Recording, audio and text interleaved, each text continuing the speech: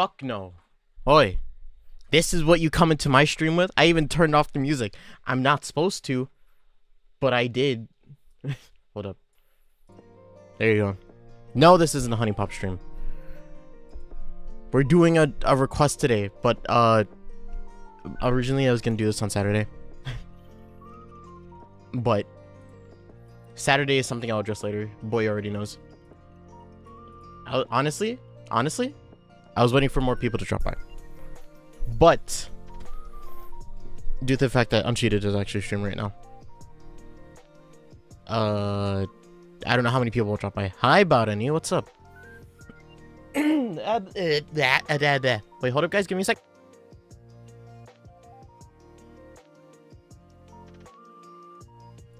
Okay, we're good. We're good. Uncheated. Go back to your stream, dog. Go back to your stream. go build your thing. I'm live right now, so I'll be back after I finish. Yeah, I know you are. I was just watching it. Go back to building your stairs, I think. I don't know. It was all in Hungarian. Good luck with that. But yeah, this... Really? Yo, hi everybody. Go back to Uncheated stream. Go back to Uncheated stream. I'm good like always. That's good, that's good, that's good. Gucci. Gucci.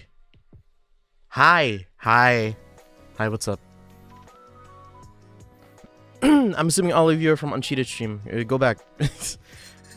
Uncheated is not done.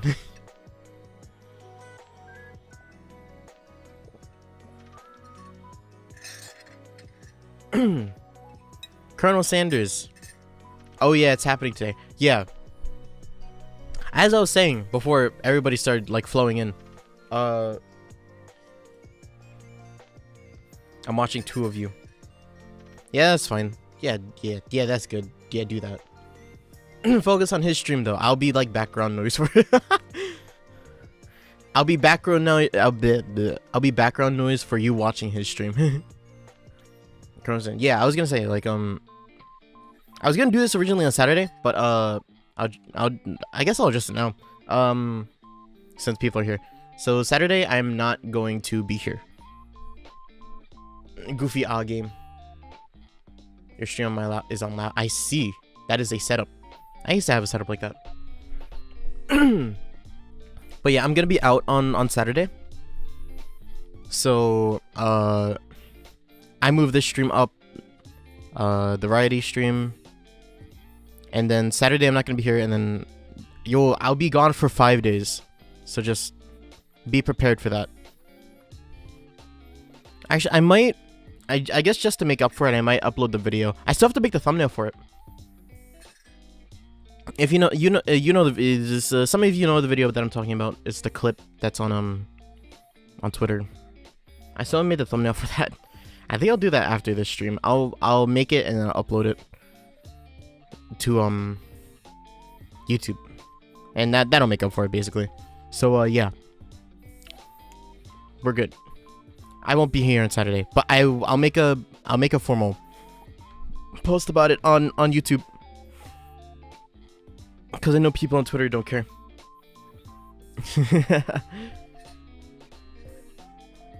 Yeah, how's everybody doing?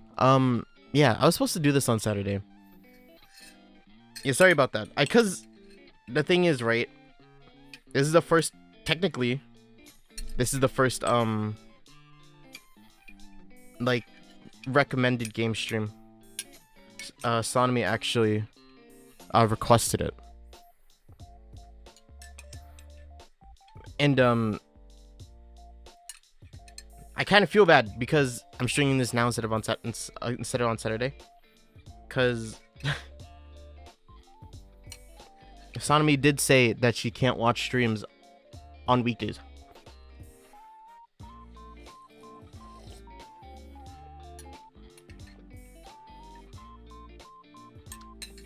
And I was honestly considering just moving the stream Yeah, I had to, yeah. Oh, yeah, I know.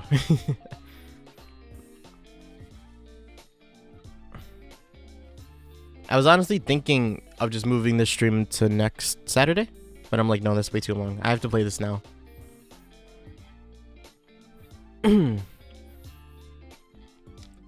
I'm sick now, so I can. Lucky. Oh, lucky. Lucky. Okay. We can all enjoy Colonel Sanders together.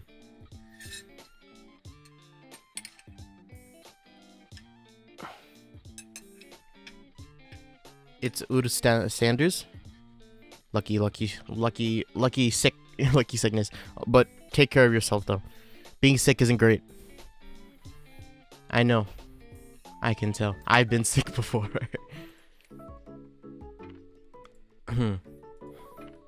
Yeah. Oh, man. It also doesn't feel great because like my throat's in like a really weird place again. and I'm thinking I have to voice act a lot of this. I try my best, but it's gonna be a hassle and a half. Is there anything else that I want to talk about before we start? Not really. How's everybody doing? Anybody do anything interesting? If not, I'll just start. How's Minecraft, by the way? Y'all are still on it? I didn't expect Uncheated to be this hooked onto Minecraft. I'll be honest.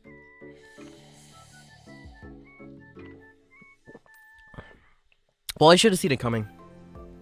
I remember he came into one stream and he was like, yo, Minecraft is so fun. Yeah, Minecraft was the first stream where he did like a 5-hour stream, right? Yeah, I should have seen it.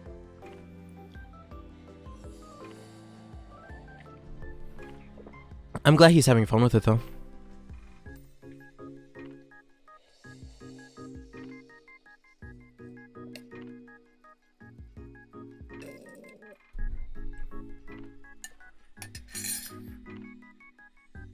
My roommate voice acted it while I was playing it. Yeah. It's weird having a voice acting teammate, friend. I was that guy, but I didn't like doing it for people.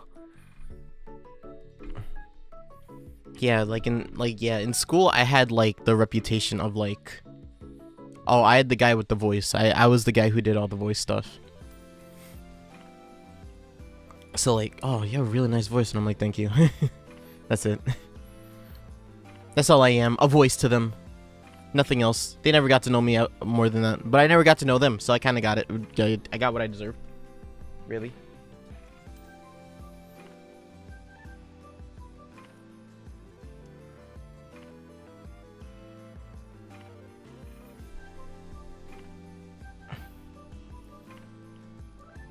But yeah, I'm not tired.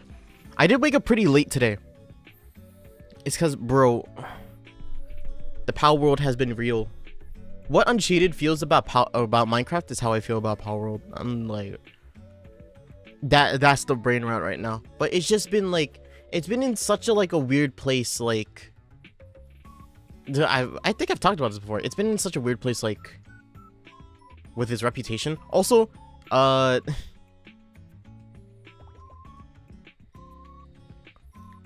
it is being addressed, actually. It's so funny. Both Nintendo and PETA have both like addressed Power World.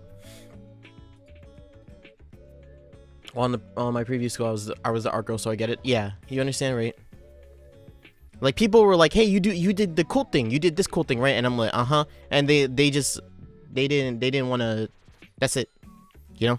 They just acknowledged you for that, and then that was it. Like, I had friends, right? I'm not saying I was a loner, like, particularly. Long live Iron City. The Iron Kingdom lives on. Oh yeah. I don't think I'll ever stream that. That's one of our bases is called that in Power Up. But yeah. Yeah, Power is getting hit by both. Well, not hit, but like, it's being investigated by both Nintendo and PETA, and that's so funny to me. Because I want to see where it goes. Like, if they have a case, then I'm like, oh, that's rough for them, you know? And if they don't, I mean, like, like they're, it'll get the Twitter people to shut up. I mean, like, either side you're on, we can agree that, like, people who, like, live chronically on Twitter are kind of weird. Well, not live on Twitter, but, like, how do I describe it?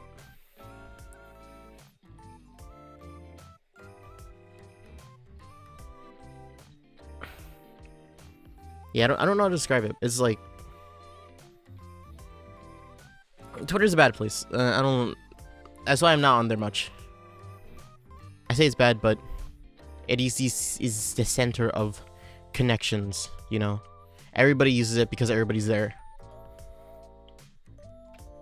Like, if everybody used Facebook, everybody would use Facebook. But we just chose, we just happen to use Twitter. You know? It's like second 4chan. But, like, 4chan's bad. I appreciate 4chaners, though, sometimes. They do some cool stuff sometimes. But, you know, they have their fair share of moments. Okay, I finished my tea. Are we ready? I have to I closed the game. I closed the game before I started, because an animation, every time I go there, I come back with new trauma. Yeah. Yeah. I've seen some fucked stuff on Twitter. It's gross. Some of the stuff I've seen on there, not great. Okay, let me open the game. Oh wait, let me not open the game. Let me just... Okay, so yeah. So, I closed the game. I don't have it open right now, because an animation started playing while I was setting it up, and I wanted to watch it for the first time here. So, let me just... I hope it'll load in. Also, I hope it's not too loud.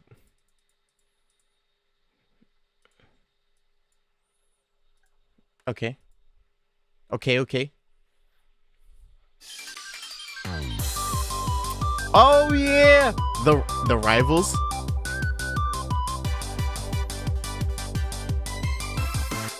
Oh. Yo, he...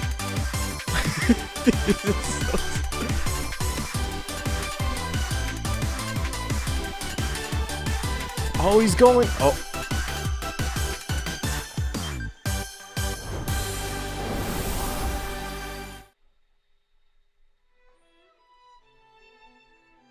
Oh, shit!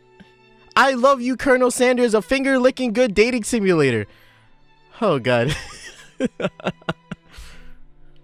Wait, y'all hear this?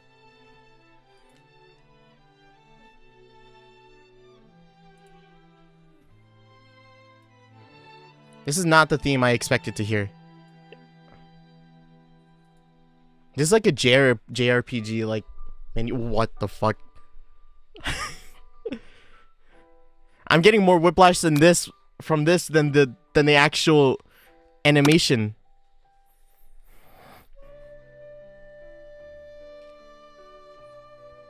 Prioritize speed? Ah, no, prioritize quality, dog. I'm streaming this.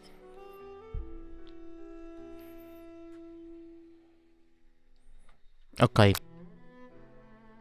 New game. Oh, shit. Before we get started, tell us your name. I'm... Hase.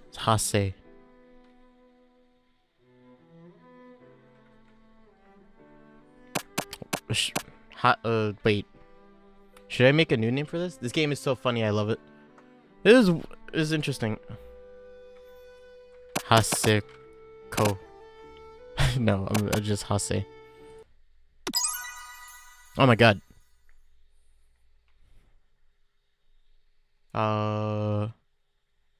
I hope this is okay. Oh yeah, you guys gotta tell me if the game is too loud. Oh.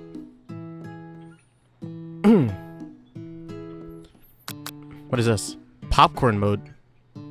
Yo, it's it's BTS. What is this room? You sleep softly as the morning sun casts a warm glow through the window of your modest student apartment. The world is peaceful and serene. You could stay in this moment forever. Or you could wake up. Now! Your first day in culinary school is no time to sleep in. Ow, it's so loud. Wait, shut. Oh, God. Throw the clock out the window. You slept through the school year and gave up on a once-in-a-lifetime opportunity to meet Colonel Sanders. Game over. What the fuck? Wait, already? You... I give up. Fuck Colonel Sanders. Did it just take me back to the Wait, it just took me back to the animation. No, I don't want to watch it again. Well, that was a good game, guys. How did you feel about it? I thought it was okay at best. Wait, really? It does that? Great. Okay.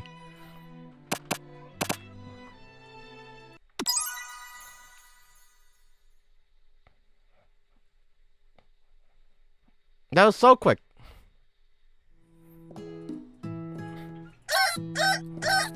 Okay. I'll get up. Lying in bed, you stare at the ceiling, thinking about everything that awaits you at the prestigious University of Cooking School. Learning for learning. Academy for learning. Your mind begins to wander. Who will be there? Who will you cook? Who will you cook? Who will be there? What will you cook? What should you wear? Time begins to fly by, and you find your imagination getting away from you. Allow yourself to daydream a bit, thinking about the future. Yeah. It's here, finally! Your first day of culinary school. So many dishes to prepare. So many students to meet. Your mind is swimming with possibilities when you realize you're running late. You grab a biscuit and burst out of the door in a hurry. Mmm, delicious. Just what you needed to wake up those taste buds. Yikes! You're in such a hurry, in fact, you forgot to put any deodorant before running out of the door. You're sweating buckets as you arrive on time. Uh-oh. Fuck. Oh, I'm eating. Did I even like brush my teeth or anything? I'm like not clean at all right now. I've run out. I've no deodorant on, so I'm sweaty and I smell bad. I didn't wash my face or anything. What the fuck? Hey. Okay, fine. Standing in the quad, you gaze upon a magnificent University of Cooking School. Academy for Learning. Here comes your lifelong best friend, Miriam. She's the most adorably awkward person you've ever met, and you absolutely love her for that. Oh shit. Great. Wait, what's this button? Ah, this is the pause. No skincare routine. So sad. So sad. She didn't wake up. She didn't take a shower. She didn't. No, nothing. Oh god, what voice? Good morning, Hase. Are you excited for the first day of the rest of our lives? Actually, because I sure am. Excited, a little nervous. Okay, a lot nervous. What the? It's just that this morning I made breakfast for myself, but well, when I ate it, I couldn't taste any of the love in the food. What if I'm no good? What if I fail? Goofy. Budget venti, cooking venti. Classic Miriam. Raised by master chef parents, she always held herself to a very high standard. Ever since we were little babies playing together and you rescued me from that quicksand box, it's been clear to me that you're the most loving, caring person I know. You're going to do great.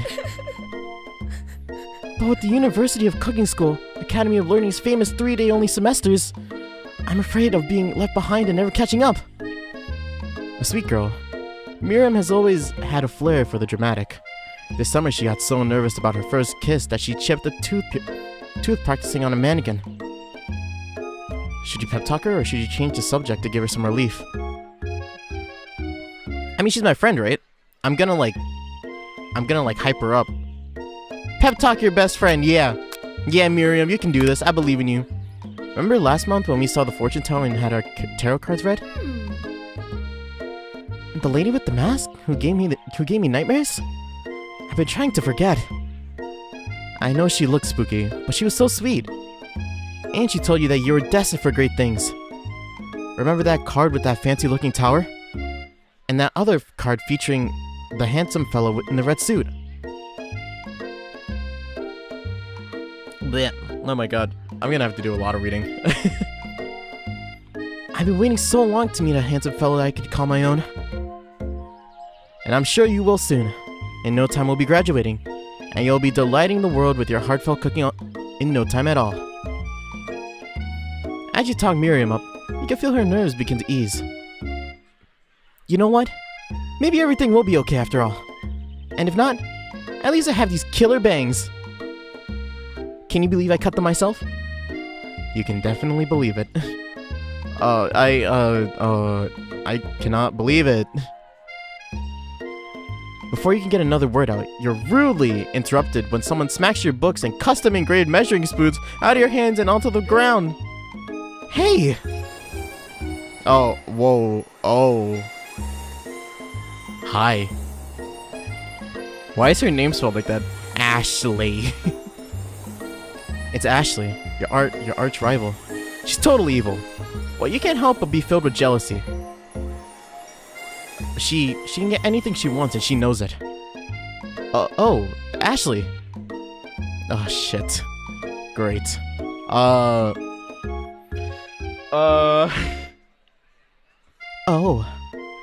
I didn't see you there, chicken shins. You leave Hase shins alone. They're perfectly normal shins. I can't stand Ashley. Even her name is annoying. You know for a fact that that is actually Ashley, but she had to add a few extra letters to make herself feel better than everyone else. There you go. Hey, fucker.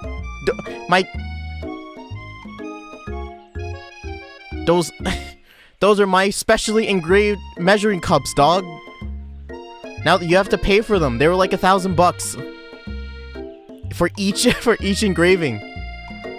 Are you rich? Huh?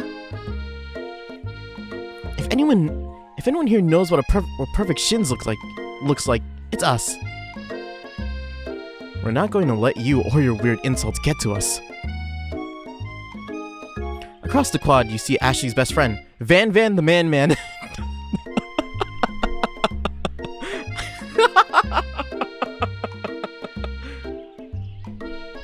Van the Man. Wait. What makes him a man? What makes him different from being Van the Man? Why is he the man? Across the quad, you see Ash's best friend, Van the Man has stopped to look at his own reflection in the mirror. His pants are so tight you can see him casually working out his glutes while he styles his hair. No lie, they're rocking glutes.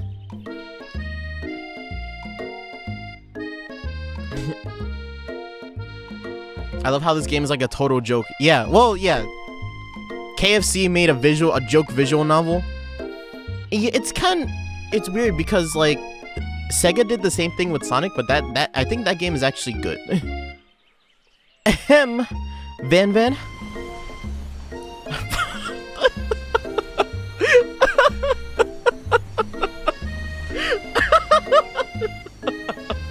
He's so stupid.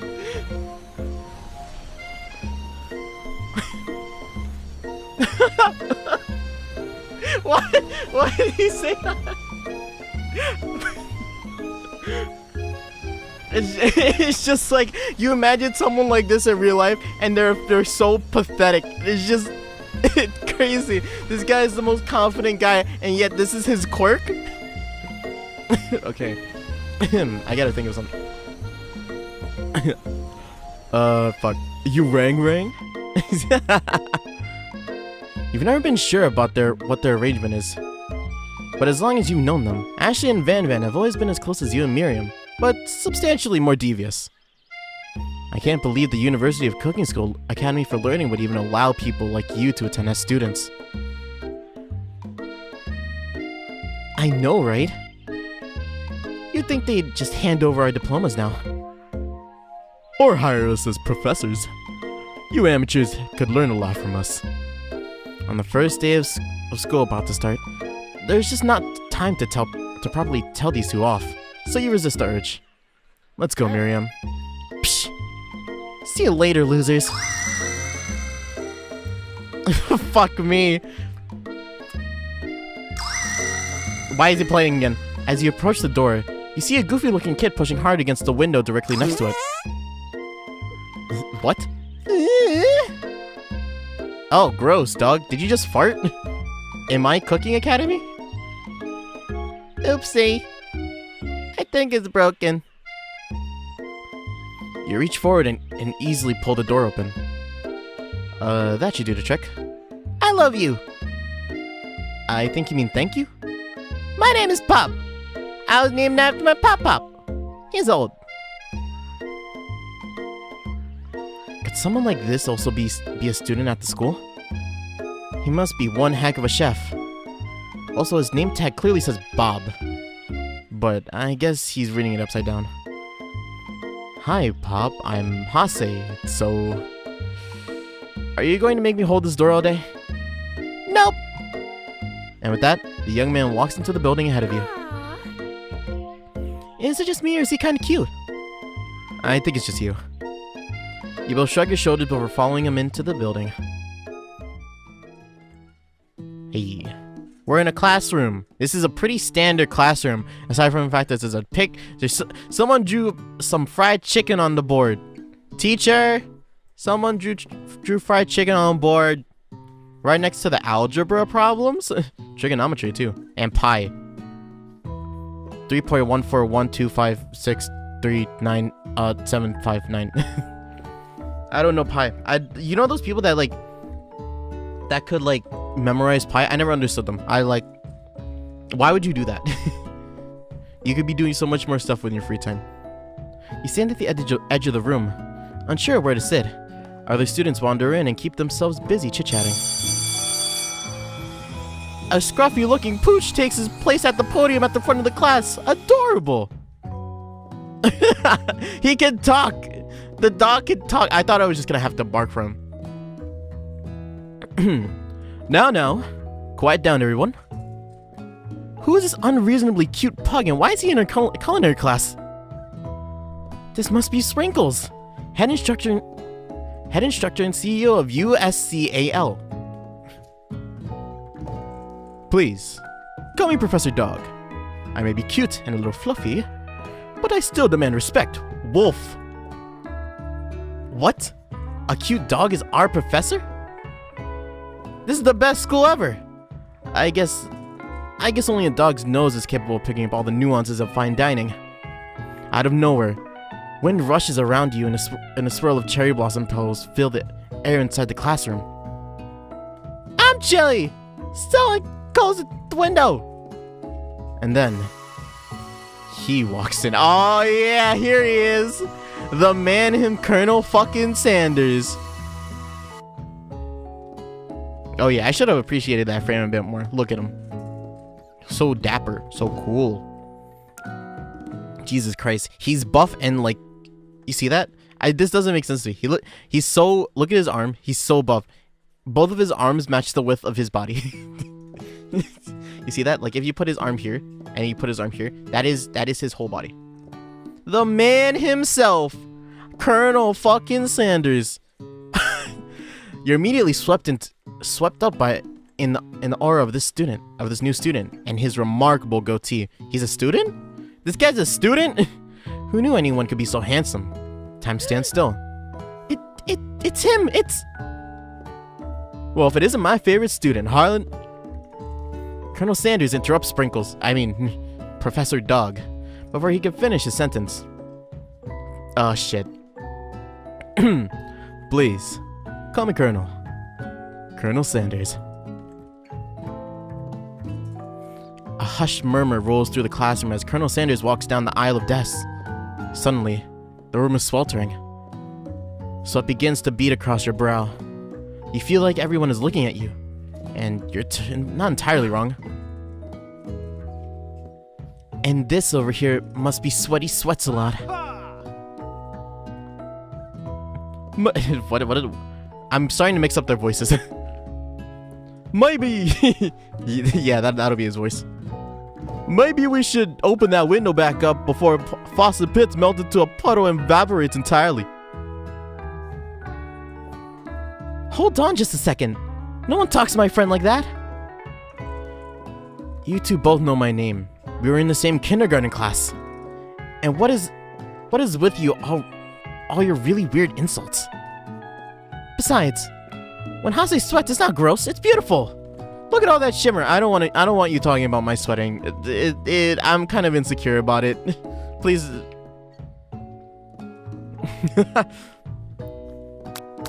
Please, I don't want people thinking about it. You turn to find Colonel Sanders standing right in front of you. Colonel Sanders, beautiful angel that he is, stands before you, smiling gently, his hand outstretched. Boy, howdy. This classroom gets hotter with every than a Kentucky Friar. What the fuck? You're Southern? All right, yeah, Kentucky. God damn it. Please, use my handkerchief. You freeze up. Colonel Sanders is talking to you. Oh, look at him. Lips puckered up. Yo, wait. Are we actually gonna fall in love with him? Are we? I thought this was just like, oh, we get to be friends with him. Oh, God. Hi. Hello. Wait, Colonel Sanders is talking to you about how sweaty you look? You're completely mortified. This can't be your first interaction. What if he never forgets this moment? How will you respond? Take the handkerchief, dog. It's the Colonel Sanders himself. Fried chicken extraordinaire. You're not gonna take it? You stretch out your hand, and Colonel Sanders places a fine silk handkerchief in it. It's so beautiful. You hesitate to press it onto your face, but when you do, the feeling is transcendent. It has his It has his natural scent on it. It smells of the most delicious chicken you've ever smelled. Professor Dog steps in to settle the class down and sets of ground rules. Welcome to the what advice did I give him?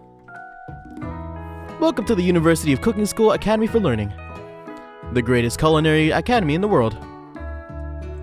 The birthplace of culinary legends past, present, and future. Many challenges await you. There will be tears. There will be blood. There might even be some adorable tiny food. And when all is said and done, there will be a battle. You will lift your sporks and compete in the broom cooking arena. Just then, another student enters the classroom and interrupts the professor's rousing speech. Oh my, who are you? You're weird. Who are you? Hi guys. Sorry I'm late. I hope everyone had a good summer. I really miss... Quiet! Late to class is bad enough, but interrupting my monologue? You're on the fast-paced track. Out of here, young man. Are you sure you're even in the right place? You don't recognize me? This is my third year in this school, with you as my teacher. Everyone stares at him blankly. Does no one remember me? You're expelled if you utter one more word before I finish. Blech. Let that be a lesson to you students that tardiness is unacceptable. Even Clank made it here on time, rolling halfway down across town on his tiny wheels. You turn to see the student Sprinkles is referencing, who appears to be some sort of industrial kitchen appliance.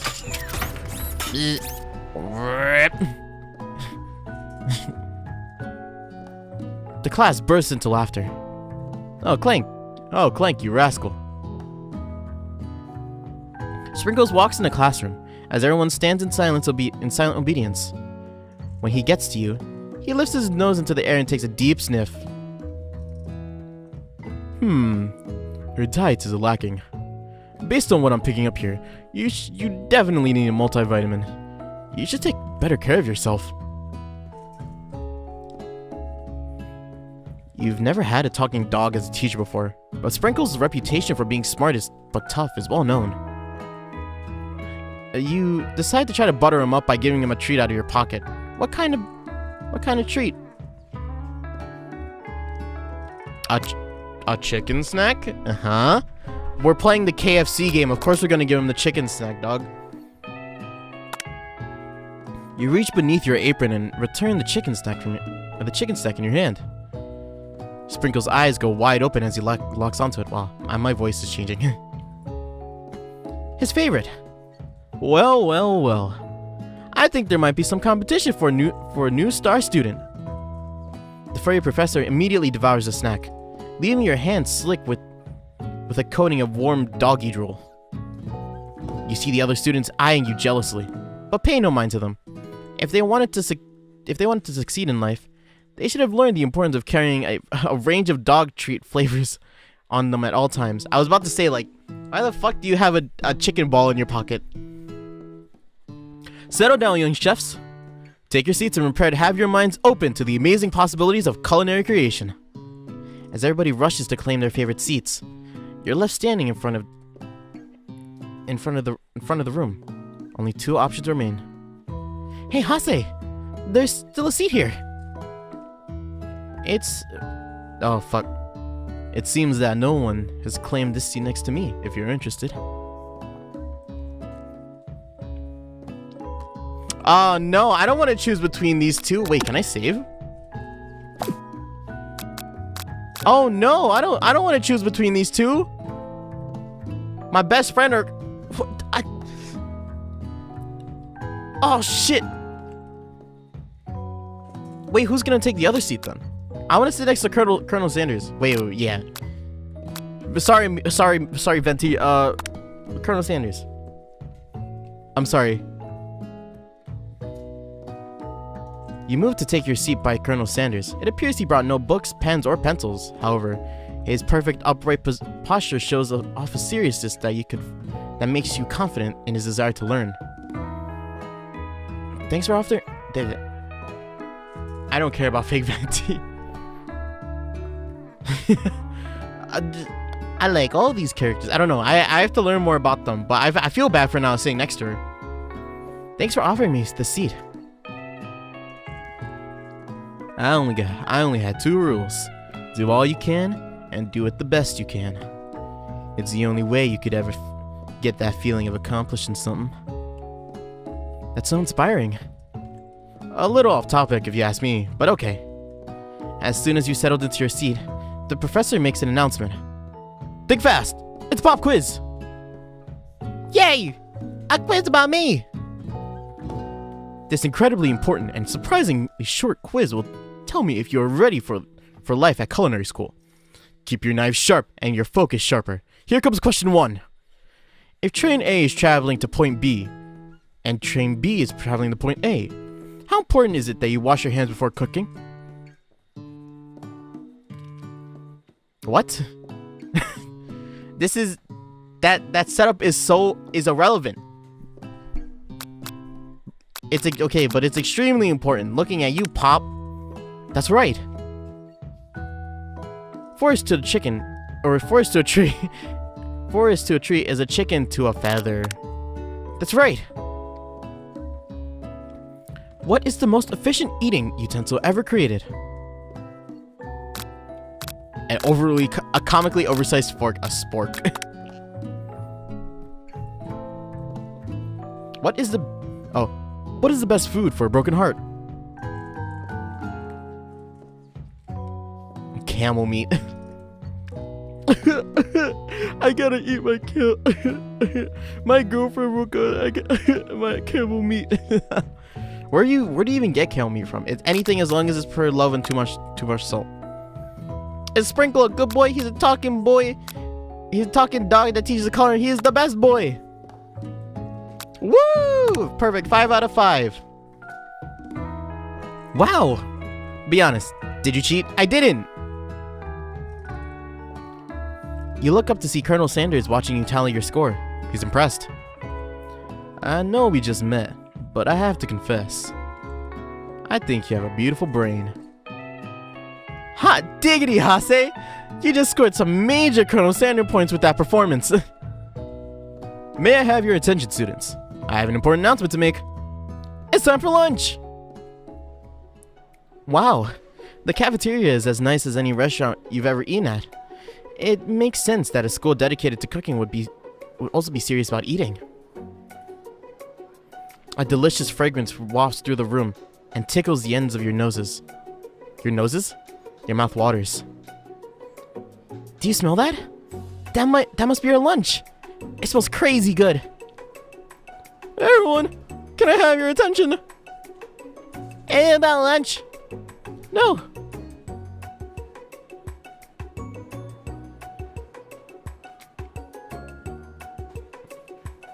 Yeah, let the dog cook, you know? No, I just want to apologize to my returners. You see, Howdy, folks. I'd like to make an announcement. It's about lunch. Everyone cheers. But Shush! Let the man speak! Lunch! She said shush. In honor whoops, wrong voice. Whoops. In honor of the new semester, I have prepared something special to share with everyone for lunch. That must be the smell I smelled. That smell. You hold your breath, waiting to see what food this mysterious student has created. You've heard that he's really talented, but were the rumors true? Is this? Oh! It's the chicken, the bucket of chicken. I don't remember the last. Yeah, I don't remember the last time I had KFC. I have kind of a confession to make about that. I'm not the biggest fan of KFC, really. In terms of like fried chicken, like spots, I'm not a big fan of it. In competition to, like, in the US we have Popeyes. Popeyes blows KFC out the water. And like even like Chick-fil-A, right? Like it might be blasphemous to say that while we're playing the KFC game, but it's just how I feel. KFC is kind of like the bottom line when it comes to chicken. I'll eat it. I understand it's like its appeal. Like I agree that KFC chicken is more flavorful than Popeyes, but I like the cleaner taste of Popeyes. Because I like to eat my chicken with a sauce.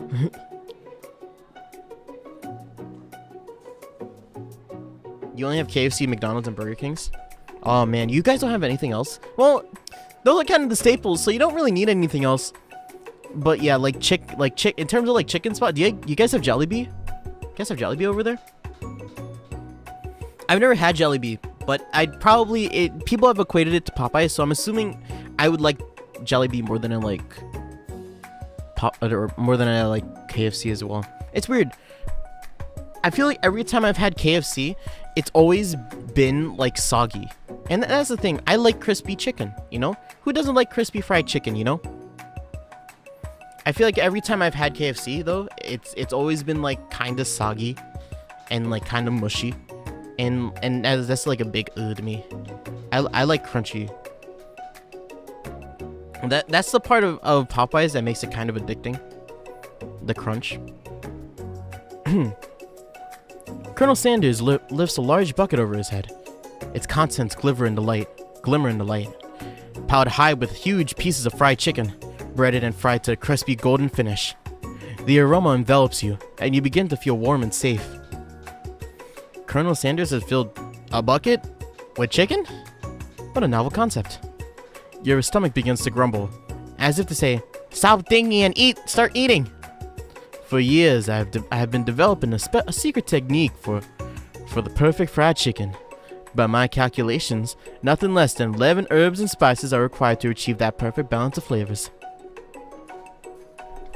You look around and notice that every other student has a pen and paper and is scribbling notes as fast as they can. But that's all I'll say about that. What? You think we want your stupid secret recipe, dude? Pshaw! Nah, my dude, nah. I'll just draft in a last will and testament in case one of those ingredients is poison. You got him? Look at that straight. Look at him. Look at him looking at Hey, don't look at my boy like that. Hey, that's my boy. Fuck off, Van. He looks around nervously to see if anybody's laughing at his sick burn. You wait and see what zinger Ashley has prepared to follow up, but she suddenly takes a different approach.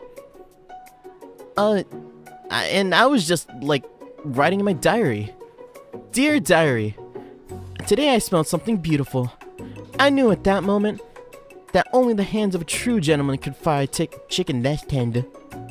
Oh my god. What? Whoa. Hey! You back off too! You see her body language change from bitter to evil and evil. Oh, I whoopsies. Whoopsies. I skipped that. Oh, please. Well, Van the man. If you don't want any, I'll take his. Whoa, hold on. I mean, I guess I'll try it. He takes one bite and his eyes grow wide. He starts contorting his face as he tries to hold in the pure exhilaration and act unimpressed. Easy now. There's enough for everyone. Please, my fellow classmates, dig in. You take one of the pieces of fried chicken out of this bucket and sink your teeth into it. It's amazing. Whoa, I don't know if I'll go this far to compare KFC. Eating KFC is like taking to another dimension. Tasting Colonel Sanders food transfers to another dimension. Yeah.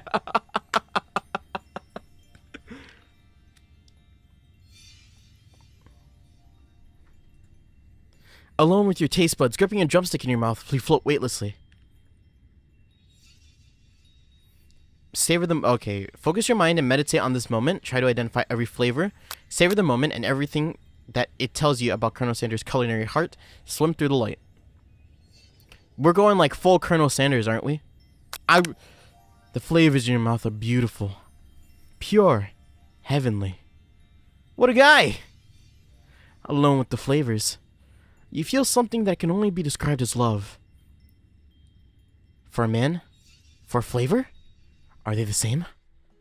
After tasting his food, you get some one-on-one time with Colonel Sanders. I approach you, Colonel Sanders.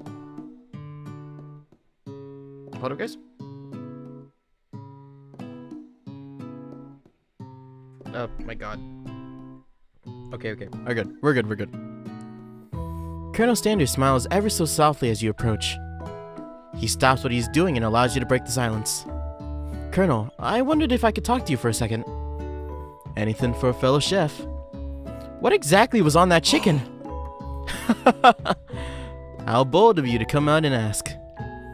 It's an idea I had for a combination of flavors that will make my fortune and establish my legacy for all the time as I open a chain of highly successful fried chicken restaurants. No big deal. It's just you and me talking here. I could keep a secret. In fact, I got some of my own In fact, I got some of my own that I'd be willing to trade. What's the rush? The semester is only getting started. We've got 2 more whole days to get to know each other. He's clearly not going to give it up easily, but it doesn't hurt to be persistent. You know what they say about secrets, Colonel. Shouldn't learning be fun? You've got moxie, I'll give you that. Colonel Sanders looks both ways to make sure that you're truly alone, then leans in. You can feel his warm breath as he whispers. Just one ingredient, but you can't tell. I use... It's something my great-grandmother taught me. Wow! You'd never guess that. In fact, you'd not even sure where you'd get some if you searched. While you're wrapped in a huge revelation, you notice that Colonel Sanders has disappeared.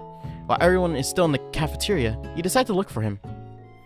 You find Colonel... Wow, I'm fucking obsessed with this guy, dog. I'm looking for him everywhere. You find Colonel Sanders outside standing in the quad.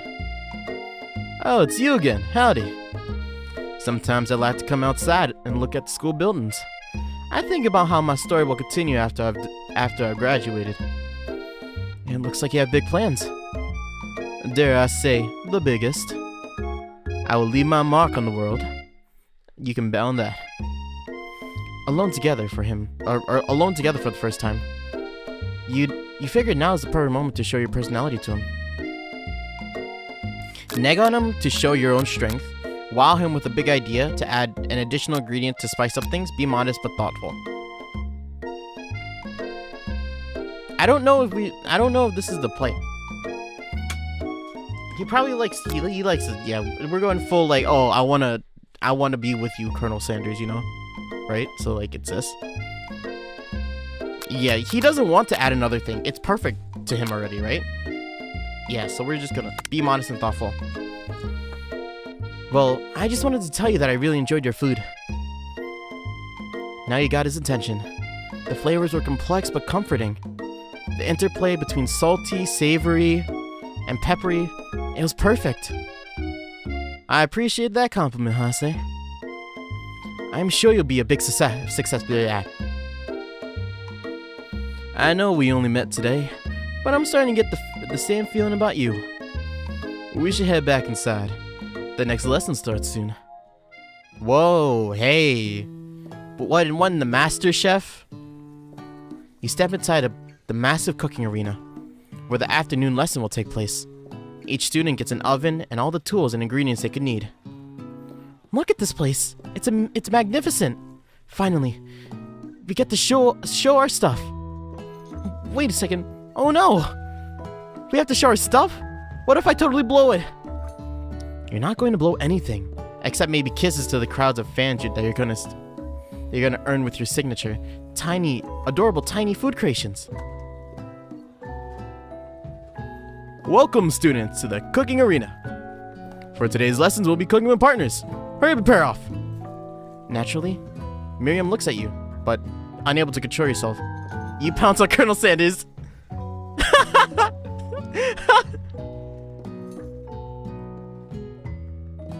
He's so philosophical. What is the word? Philosophical.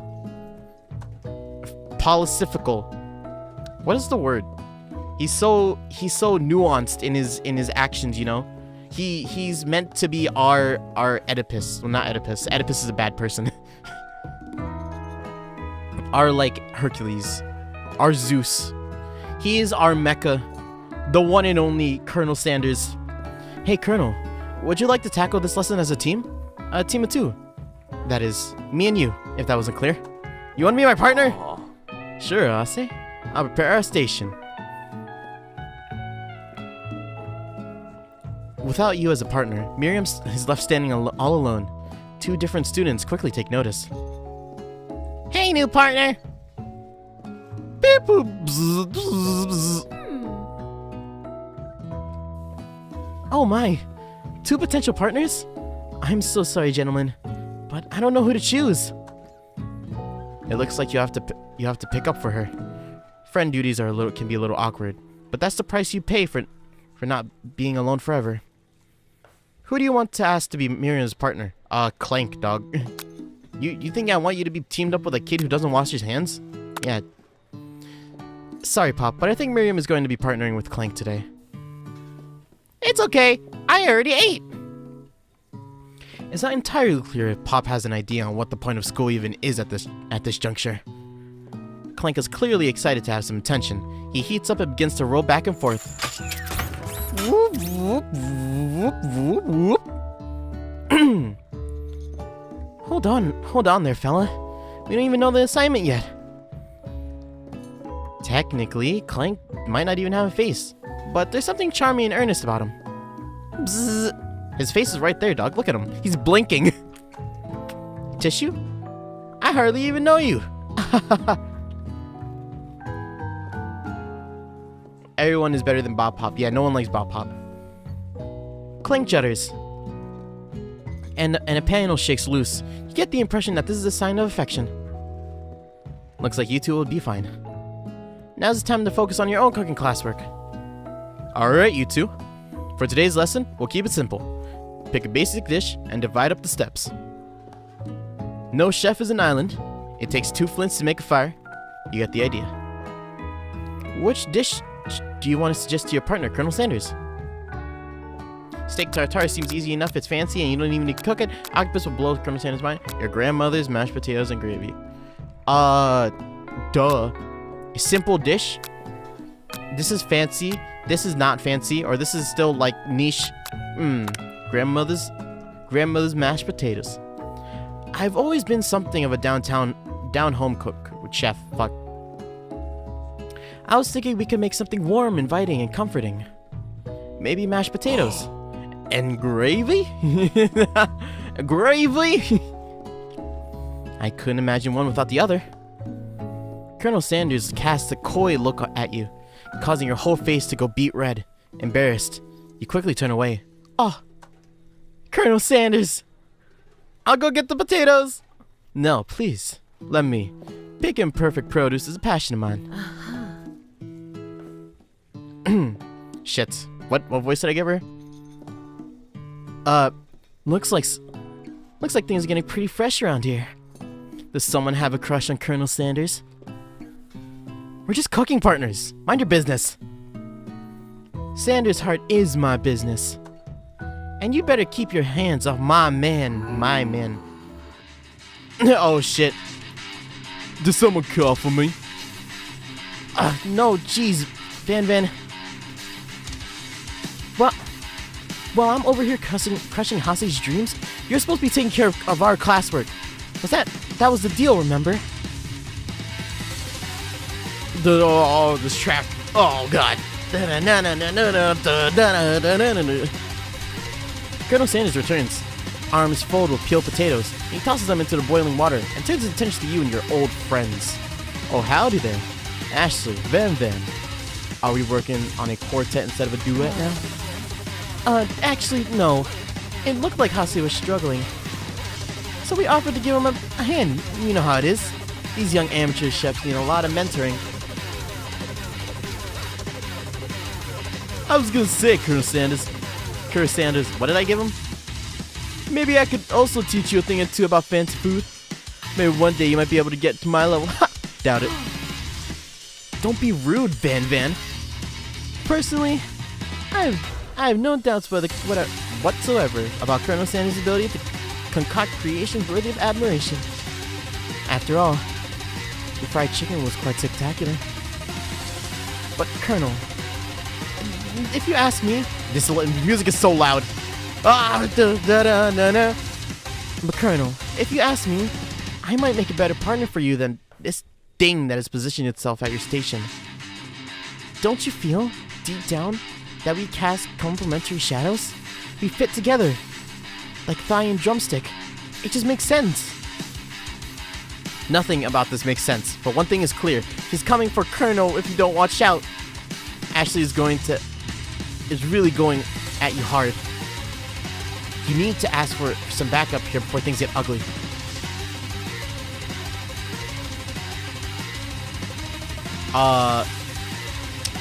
Sorry, Miriam. Colonel Sanders, hunk of hunks in your time of need. I'm here to learn and express myself via my cuisine, not to bicker with some prima donnas. Partners were chosen at the beginning of class, so let's respect that format, alright? You turn to Colonel Sanders to confirm you're on the same page. I chose Colonel Sanders. Colonel Sanders chose me. Isn't that right? A businessman respects all fair agreements, from contracts to handshakes. I took on Hase as my partner for this activity, and I stand by. Based on your team's behavior, I'd say you're perfect for each other. Neither of you has Hase's natural talent or their loyalty. Wow! Being defended by Colonel Sanders really leaves you feeling proud and full of potential. You look for Sprinkles in hopes that he might step in, but he's nowhere to be found. Darn, those cute corgis and their short but sturdy statures. You look down at your station and realize that, in the tension of your moment, your hands have been cooking on autopilot. Distracted by the drama, you've already crushed the boiled potatoes into a perfectly creamy mashed texture with plenty of butter and cream for flavor. What the fuck? I've been on autopilot?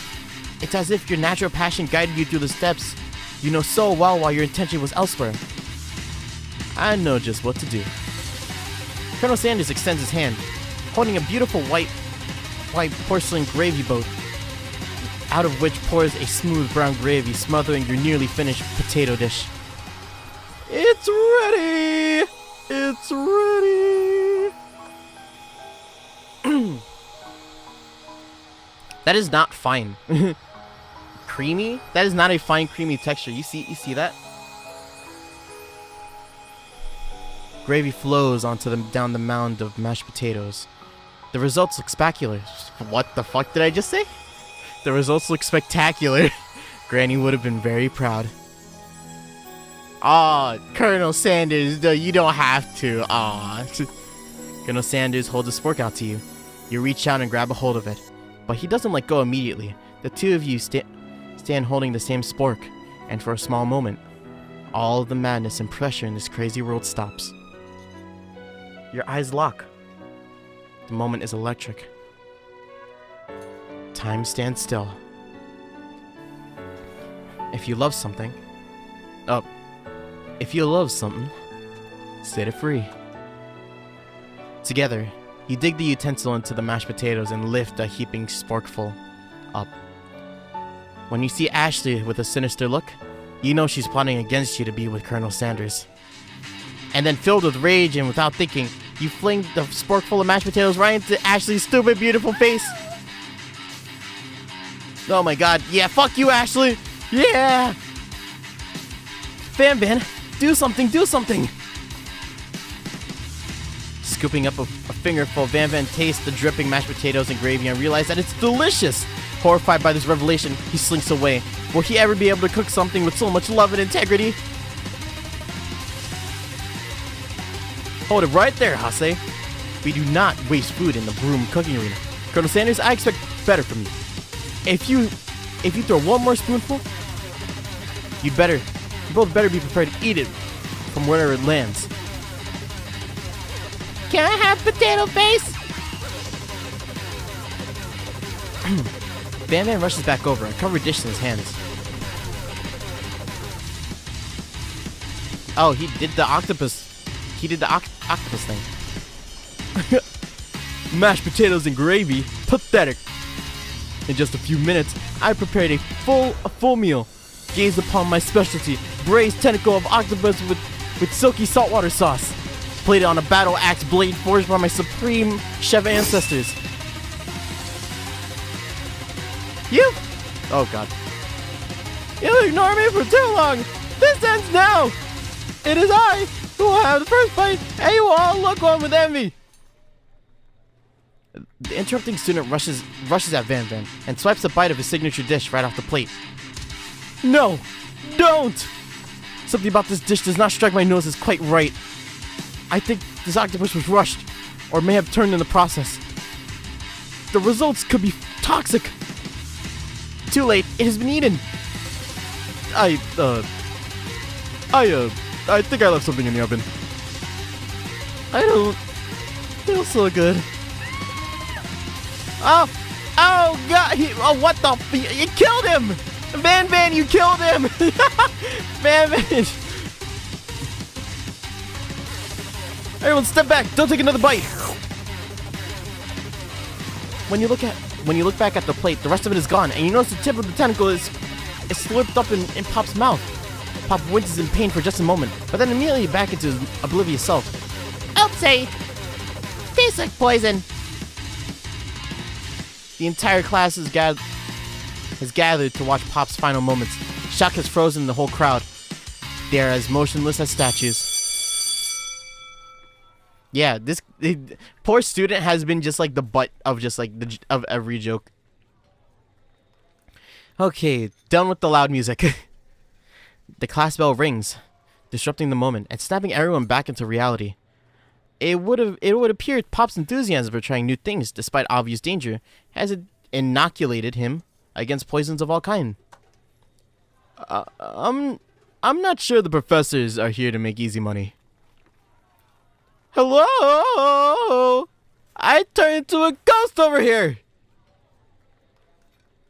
Seeing that you're shaken up by that really annoying student and all his nonsense, Colonel Sanders approaches you. I'm sorry you had to go through that. Please, let me walk you home. What? Like, for real? Come on! You follow Colonel Sanders out of the room. At night, the school building has taken on another vibe entirely. It's dark, and more than a little spooky. Colonel Sanders stands in the quad's neon glow and speaks softly. Your mashed potatoes you made in class today. Before you go on, I want you to know, they're not a great representation of my skills. I didn't even realize I was making them. They were amazing. Tasting them, I was reminded of why I became so passionate about food to begin with. Colonel Sanders is getting choked up. Cooking is obviously important to him, in a way that you might find inspiring.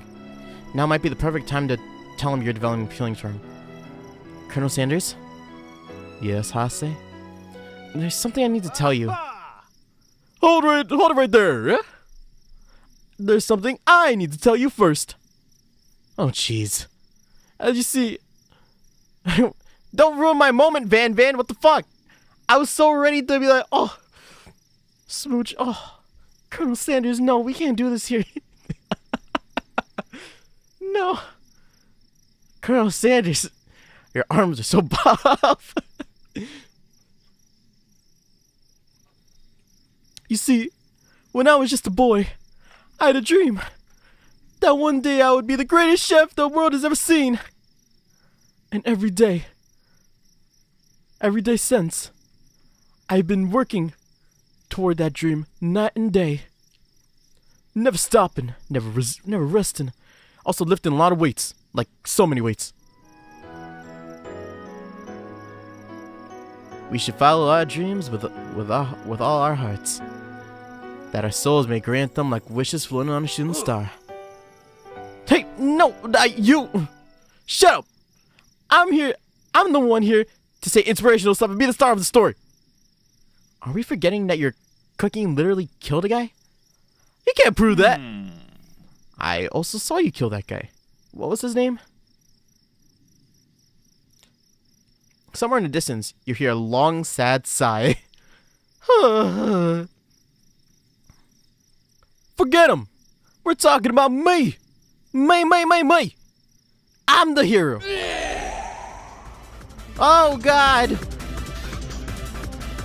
What the fuck is this? Bark Monster is here to fight a hero. What the fuck? I think I left the fridge door open. Later, Neds. How dare you? What's his voice? How dare you threaten me? Southern. How dare you threaten me? I was just letting down my guard and connected with another chef on an emotional level. Be afraid! Be very afraid because of me? I'm a monster! See? Is he rhyming on purpose or is it just a coincidence? But before you can discuss syntax any further, it's a turn-based fight sequence! What will you do? What the fuck? Oh god! Attack it! You decide to go on the attack. Which attack will you use? Cook with love! Cook with love did 1 damage. It just got real. The attack really upset Spork Monster. Spork Monster goes on the attack. They spit hot gravy at you. You take 1 damage. Oh god, I gotta defend. You decide to defend. Which defense will you use? Trepidation. You continue to stay back and endure whatever it comes your way. It seems like a pretty weird strategy, but okay, sure, you do you. Spork Monster focuses their mashed mind and draws in energy from Mother Earth itself. They grow larger and more intimidating. How you respond? Attack! What attack will you? Cook with love! Cook with love does more damage. There's no quitter, but buffed up and ready to rumble. They go on the attack once again. Spork Monsters use Utilitensile. You take 2 damage from the attack. If you take more damage, you're not going to survive the battle. You decide to defend. Which defense will you use? Buff up! No one can control this much buffness. You start to feel bloated, and quite frankly, a little gassy. You better attack soon, or you're likely to explode. You decide to go on the attack. Chow down. Chow down does 2 damage. A powerful blow. Spork Monster is oozing cheese sauce onto the lawn of the quad. I wonder who is going to have to clean that up. Feeling vulnerable, Spork Monster prepares its ultimate attack, Rounded Edge. Vile villain. Your reign of terror stops here. Colonel Sanders summons the power of 1,000 chickens. Pop. Popeye Power Pinch. Popeye Power Pinch does 10 damage. The Spork Monster is defeated. You saved me. An injured Spork Monster spews steam into the night. Spare this wretched beast. Spare him. We're going the pacifist route. Colonel Sanders route. You managed to tamp down your disgust at the sight of this gnarly beast long enough to realize that he is still a living creature with a pure soul who deserves your pity, not your wrath. Begone, beast, and don't you dare come back for a follow-up encounter tomorrow. I won't forget this. I certainly won't be back like you said. The Spork Monster scuttles off into the night. The defeated monster left behind a special item. It appears to be at first it appears to be a cookbook, but upon closer inspection, it's so much more. It's a book of magic spells with a golden chicken on the cover. You find the cover and find a library card tucked inside. The last name to have signed it out was Borko. Borko. That sounds strangely familiar. Your blood is pumping as you stand in the quiet of the night, holding the mysterious book in your hands.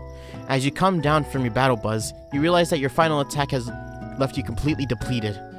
The world around you begins to fade. Without any energy to keep your eyes open, darkness overtakes you.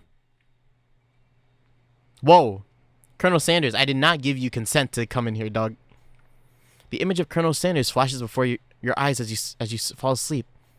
He must have helped you get home, in a tired state. You don't know if you could have made it without him. What a guy! You want to thank him, but you don't have the strength to utter a single word. You feel your covers being pulled over you as you are tucked in tightly. Good night, my colonel. I'm in a dream. In your dream, you're together with Colonel Sanders. For some reason, Sprinkles is also there, instructing your love. Dreams are weird. Not the ghost. He canonically dies? You awake on day 2 and attempt to process your wild visions you had. Were they memories or premonitions? And then there was that secret ingredient that Colonel Sanders went ahead and told you outright. Not that much of a secret, huh? It's probably just because he already trusts you so much. Sure, that makes sense. We'll go with that. You meet up with your bestie in front of the school. Before you tell her about the encounter with the Spork Monster, she launches into a story of her own. Oh, I know this might sound strange, but I think I might be, I think I might like Clank. Like him? Like? I know it sounds like it's moving fast, but there's something about him. I like him. Like him. We got to talking after class, and he's actually a totally sweet guy. Not only that, but he's really smart. He told me all kinds of stories about Colonel Sanders. Did you know that Colonel Sanders was the most popular guy in his high school? No, but that does make complete sense. Yeah, but he was so popular that he was voted prom king at a school he didn't even go to. And he was the convertible, and was also the convertible that he himself rode at the front of the homecoming parade. What? Oh, he was the front of the parade. Okay. I'm thinking something got lost in pressure cooking language translation there. Either way, I think it'd be best if you took it slow with this new boy, like I am with Colonel Sanders. Venti's in love with an oven. Yeah. Oh man, what if I chose Pop for her, man? I would feel terrible if I chose Pop.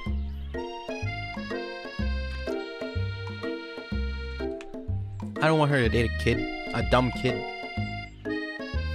You and Colonel Sanders, the coolest guy in school, the most famous student to ever attend University of Cooking School Academy for Learning, you're a thing now? We're definitely connected. We definitely connected yesterday. You sure did. You're great. Why wouldn't he be into you, I guess? Laughing at the implication that you and Colonel Sanders might be a thing is definitely not cool. You are great. You have an idea about how to prove that your love is real. Well, if he's not into me, then why did he tell me one of his special ingredients? Your bestie's eyes lit up. A secret ingredient. Yes, I just said that. A secret ingredient. Is there a dramatic echo in here? Miriam checks to make sure you're alone before continuing. So this summer, I was on vacation with my family. A lovely man approached me in the botanical garden where I was wandering. This can't be good. He told me about his passion for spices. Secret spices. The man even gave me some to show me what he meant. He said that it was a powder created from a super duper rare dried flower petals, and that if I told him if I did him a big favor, I could have some of my own. Please, Miriam, don't tell me. So I filled my suitcase with them and brought them home. He was so nice. He even met me at the gate when I arrived. Later, when I cooked with them, a very strange feeling overcame me, and the flavor was unlike anything I'd ever tasted. I think you're being very liberal with the meaning of spices here. Whatever. Anyhow, we both share an interest in cooking, so if we stayed in touch, like pen pals, I bet he would love to know more about new spices. Well, I'm definitely not supposed to share Colonel Sanders' secret recipe, and besides, I only know the one ingredient. I doubt it'd be much of use to anyone. Please, please, please! It would mean the world to me. No one has to know it. No one came from you or Colonel Sanders. What do you think? Should you tell Colonel Sanders' secret, or you should share it with your bestie? Fuck no, man! That's my trust right there. Make him a fake ingredient. You quickly think of a fake ingredient name. How about, I don't know. It was Eye of Newt. I know. It sounds like some kind of witch's potion. But what can you do? Eye of Newt. Wow! Her eyes lit up imagining such a thing, and you figure that you've satisfied her curiosity and should move on. However, she immediately turns around and does some thumb typing on her phone that you can't quite see. That's probably not good. Before you can ask her to confirm that she's definitely not texting secrets to other people, you're interrupted. A wind rushes in. Cherry blossoms fill the air. What the fuck, Colonel Sanders? Yo, he's so buff, dog. Look at him. He is fucking jacked. you see his shirt, it should be ripping. Like, look at that arm. His pack is crazy. It's Colonel Sanders. He's arriving at school.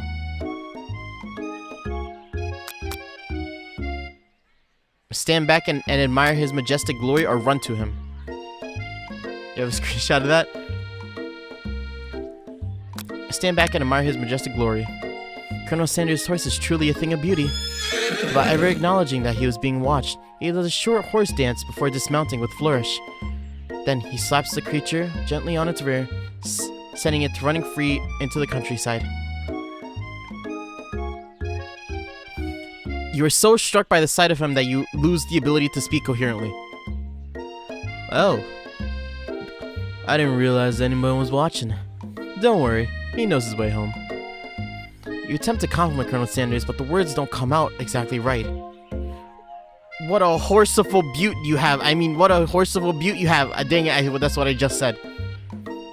Being a good friend, Miriam attempts to cover for you. Oh, Hase gets really nervous around people they like. What? That's not helping. They got food poisoning and we're all up all night. It was gruesome. You should have seen it. She gives you a wink and a smile, as if to say, situation handled. Can't blame a girl for trying. And with that, Colonel Sanders disappears into the school, leaving you and Miriam to follow.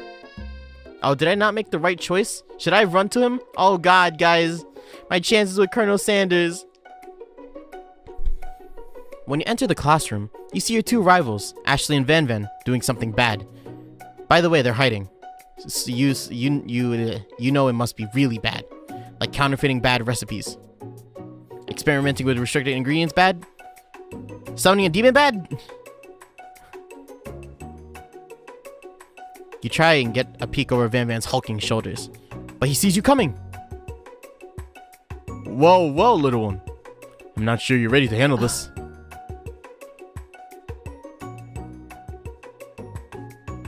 What? Why do you make like a bee and mind your own wax, honey?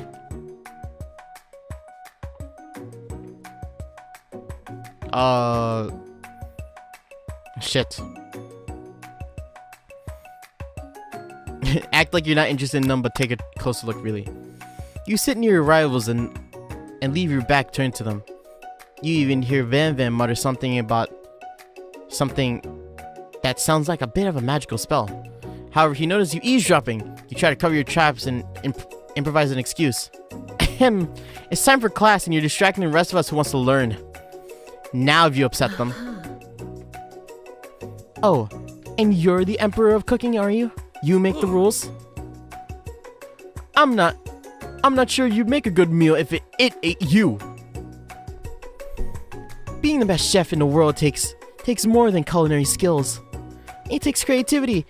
It takes panache. And it doesn't hurt you. It doesn't hurt to use a little evil. You finally get a look at what they were hiding and you instantly recognize it. It's a book. Just like the one you found after your discovery with the spork monster. That's the book I found last night in the quad. Ashley immediately elbows Van Van, who hides the book behind his back. I don't know what you're talking about. That book is a family heirloom and its contents are a secret. You notice that they haven't been studying the book. They got Pop pinned to the wall, and they're tossing potato skins at him as he's trying to catch them in his mouth. We're playing! Before you dig in any further, you're interrupted by the arrival of more students. It's almost time for class. Plank must be running late. He's in such a hurry that he rolls over to Van Van's meaty foot. Hey, watch it, bucket of bolts. You watch how you talk to him. He didn't do anything. Who do you think you're talking to? I've never heard such a language, not even from a stand mixer. Wop wop. No, your mother's a stand mixer.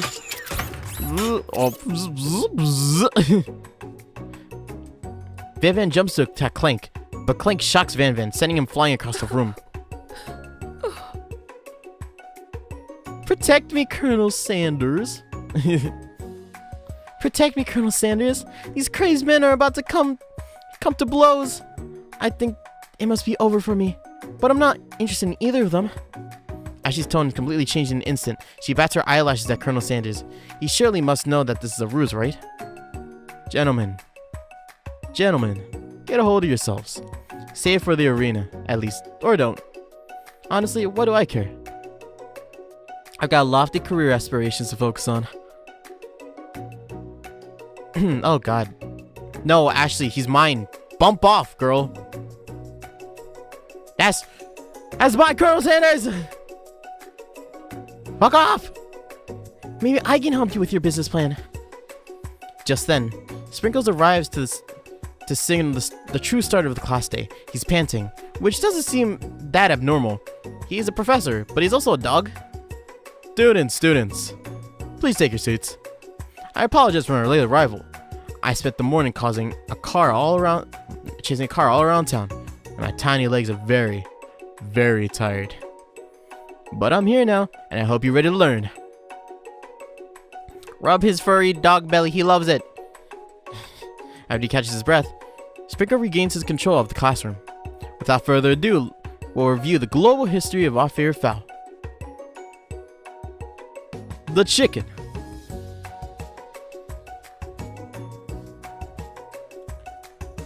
You want to pay attention to the lesson, truly you do. Which is why in 1776, the signing of Declaration of Independence, it was the chicken who first signed their name. But you can't help but daydream about Colonel Sanders and what you miss most about and you miss most of the important parts. When you come to, Sprinkles is holding a tray of fruit in front of you. Well, Hase, naturally, it appears to be a simple platter. What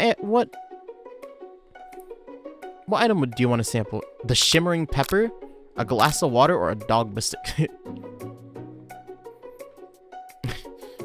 Why would I want to eat a dog biscuit? And water's boring. Shimmering pepper? A brightly colored pepper stands out in front of the items. It sparkles the most in an eye-catching way, so naturally you reach out to it, grab it, and eat it right away. However, your body was not prepared for the heat. The pepper has triggered an intense spice hallucination. It feels like forever. As you trip through the universe. Ooh, my friend. Ooh. This guy again? I'm here to give you an important message. Ooh. You must avenge my death and fulfill your destiny. All you must do is... I was saying, to fulfill your destiny, all you must do... Oh, sorry. I think some of the spice stuck in my throat. It's fine. We'll work through it. To fulfill... the prophecy! You must... You feel yourself begin to regain consciousness. Oh, man! When you come to, you find everyone staring at you. That pepper is the last of its kind, and now it's gone forever. You think to yourself, geez, I should have paid more attention. We all make mistakes. I'm sure he'll forgive you someday. Come on, it's time for lunch. Whoops, I chose the wrong thing, huh? Oh no, day 2, I'm choosing all the wrong options. Before you can relax, the cafeteria lights dim, and your rivals enter to make a dramatic announcement. Today's lunch will be prepared via timely competitive cook-off.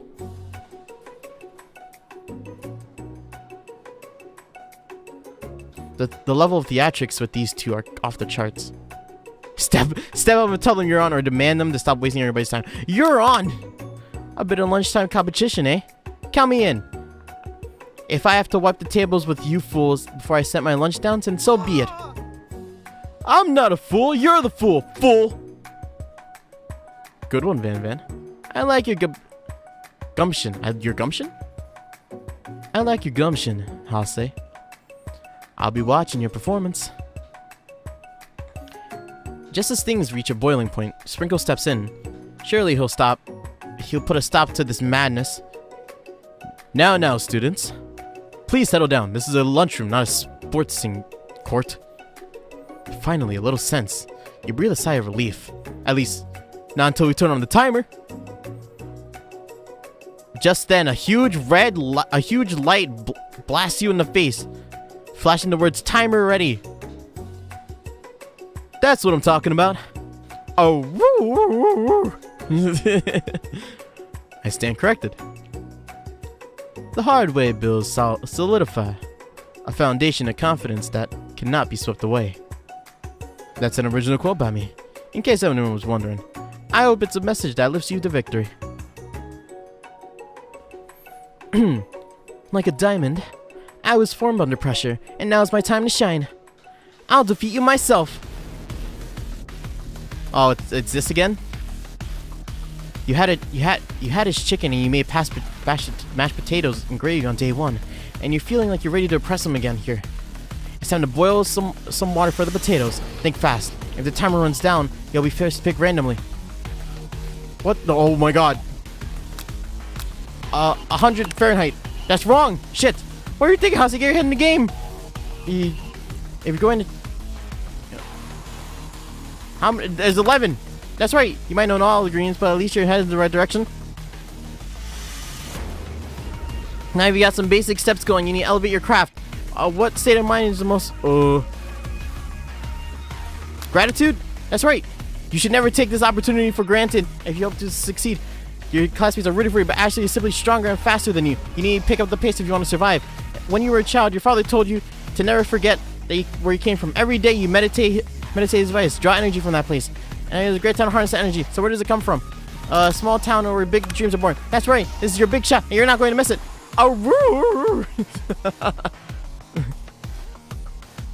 You tried to shut out the noise of the arena and focus on your cooking. What is the sound of success? the bubble sizzling?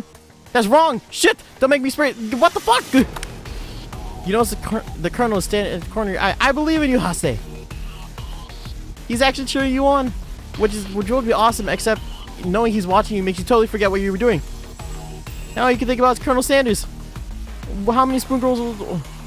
What are you thinking, everybody? Shit! You're stranded on a desert island with only one dessert cook. But what do you take? What a hunk! I know, right? What? You know what? Should you be focused on the challenge? You're falling behind. Oh, I forgot the question. What the fuck? What does this have to do with crafting spectacular fried chicken and delicate bake? Oh god, you toss. Yikes! I know. You'll have nothing more than seeing a fellow accomplice utilizing the kitchen, but sometimes sacrificing. That means sacrificing the personal touch. You might not have any hands, but Hase does. And an good chef needs to be touching the dough and knows that when it's properly mixed. There's an easy way and a hard way. You don't have to go far for the easy way. When you hear everyone talking, you realize how serious your error was. You immediately shove your hand into the mixer to rescue the dough before it's overmixed. Your hand gets stuck. It is crushed by spinning beaters. There's no way you'll be able to use that hand for the rest of the match. He shakes his head in shame. What you often find is the way to turn out much more difficult. Anyone saw what you're doing right now? The battle. Wow! I fumbled that bag so hard.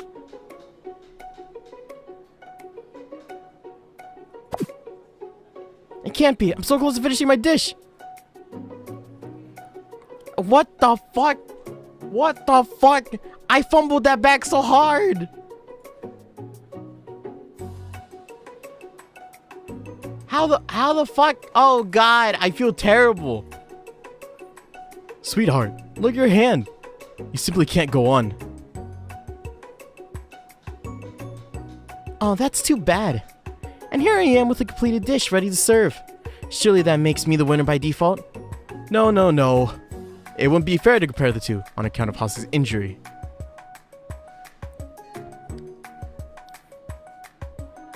You see Sprinkles begin to lick his doggy chops as he locks onto the dish. But I suppose that you could at least tell us what you prepared. Well, because I'm the sweetest, I skip straight to dessert. Under this white chocolate dome, you'll find a wide array of delights, taking you on a journey of flavor that tastes good and tells a story of excellence. I was going to ask Hase to do the honor, but since you're injured, I'm afraid that pouring the creamer of delicate chocolate sauce might be too difficult. Colonel Sanders, if you don't mind lending me your strong, steady hand.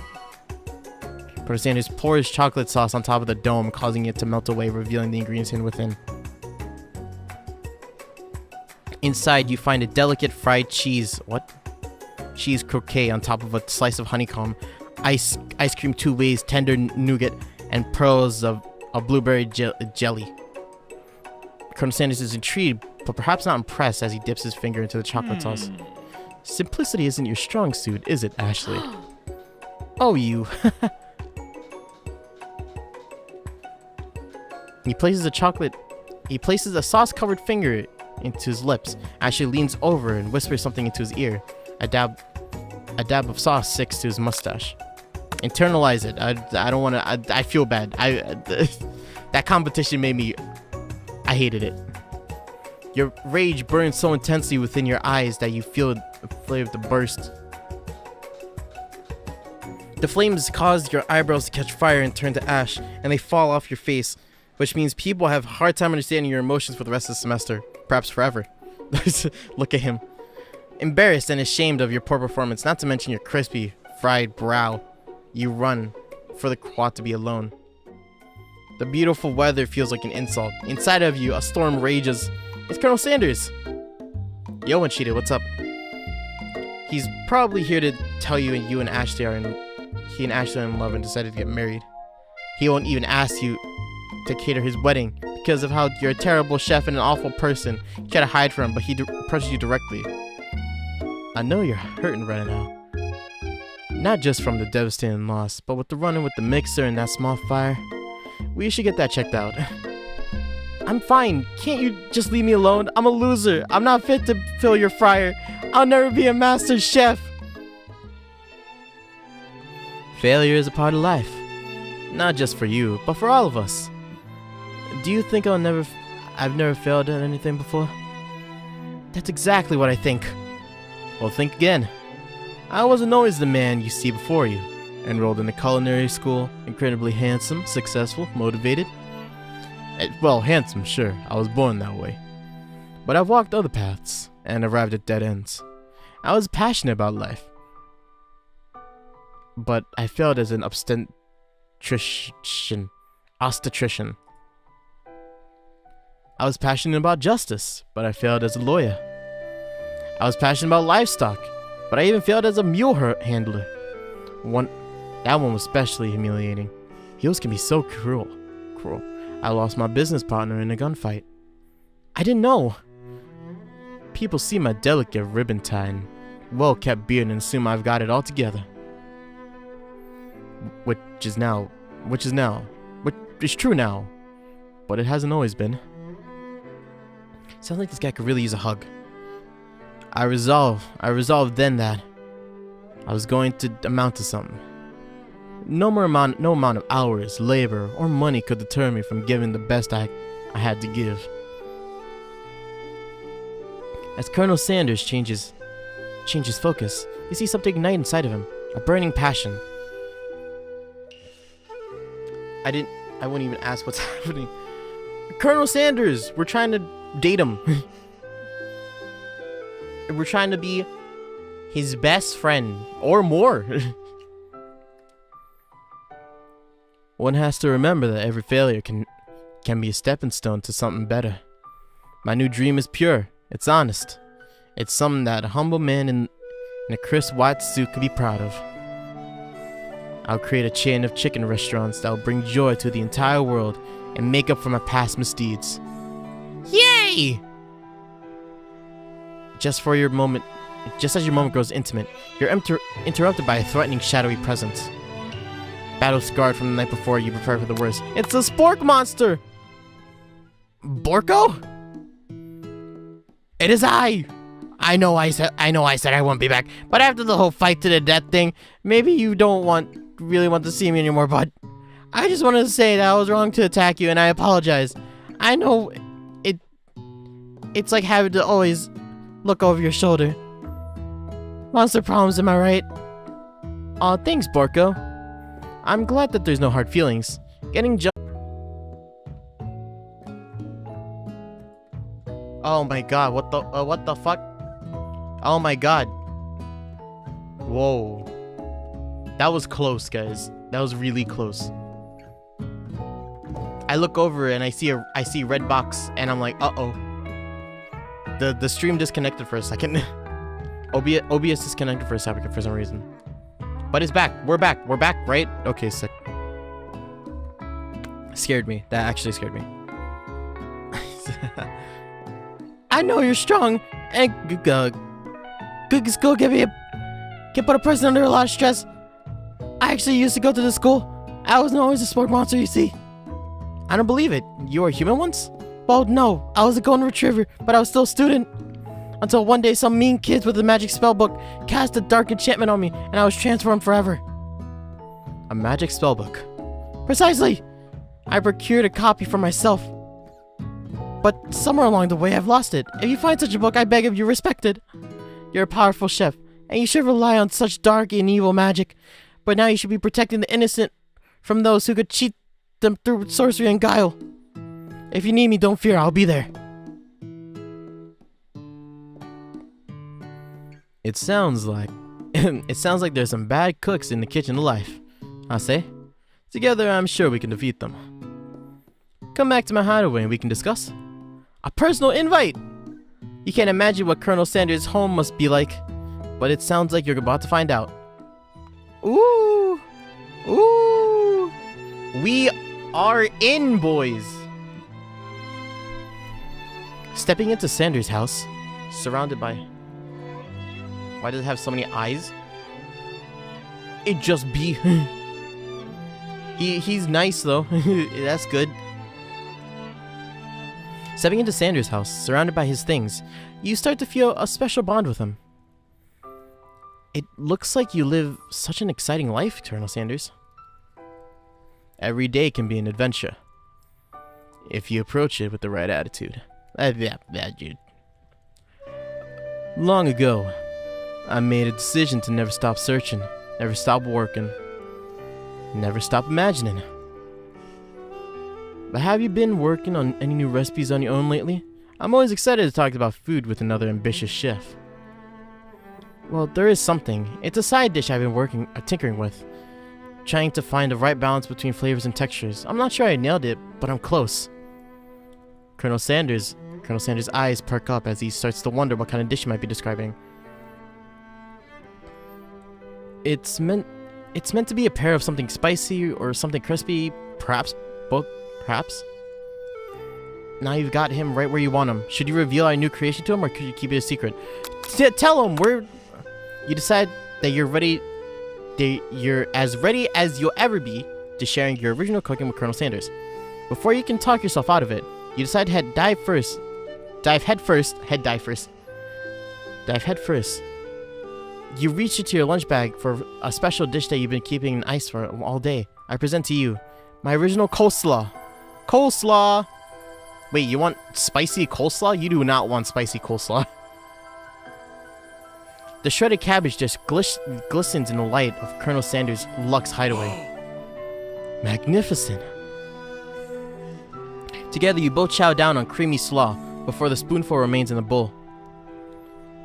Do you mind if I hold on to the last bite? I'd like to have it around so I can admire the taste later and think about it on this moment. You could offer to make him more, but it seems like he's very sentimental. He's a very sentimental kind of guy. Sure, why not? Please, make yourself comfortable. I'll be back in just a moment. You realize that now would be a perfect time to do some snooping. Around the room are various items that you could look closer at. Each item seems to radiate memories and emotions. Tap on the item to discover more about the Colonel. There's so many things! Alright, this must be where he keeps the secret recipe. You think for a moment. What number is important to Colonel Sanders? Then it dawns on you. As soon as you turn it out to 111111, the safe opens. Inside it, you find a single note. Can chicken be prepared sashimi style? Tap on the item. It can't. That is a surefire way to salmonella. Sanders, please don't do that. Take a closer look at the large urn sitting in a nearby pedestal. There's a plaque on it. It's dusty, but when you wipe it off, you can read the inscription. It says, "Here lie the ashes of my past careers and business failures." Poor guy. Look at him. An adorable little baby boy crawls across the floor. From the goatee and the mustache combo he sports, you figure he had a mustache and a goatee ever since he was a kid. Let's see, Colonel Sanders himself. That, or maybe the drumstick that he seems to be waving like a rattle. Who frames a baby picture of themselves? Probably the same type of person who would make their own face the logo of a company they founded. Am I right? What the fuck? That scared me. Okay, no, we're gonna keep looking at everything. You notice a very realistic stuffed chicken sitting on the corner table. When you pick it up, you realize it is very realistic. It's real! Taxidermy? It could have been important to Colonel Sanders when he was alive. A little nose chipped on the chicken's foot reads, "The true state bird of the great state of Kentucky." Tap on it. You gaze out of the window across the vast lake and mountain range beyond. Just then, the ghost of the student pops up. "Are you thinking about heading into the world on a quest to avenge my death?" Wait, what? I never even learned your name. Why would I avenge you? I could just tell you my name right now. Can't you see I'm in the middle of something?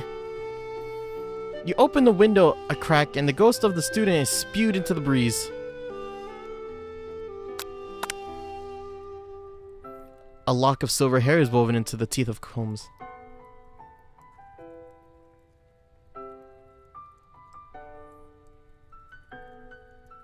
Upon further inspection, you realize the hair therein is not very silvery in color. It's actually spun silver. Whoa, he's rich. A scented scented candle. You pick it up and try to identify the smell. Power tool? Freshly starched collar? A piece of wood floating in the lake? The summer of '69? No, it's one of the secret ingredients. It's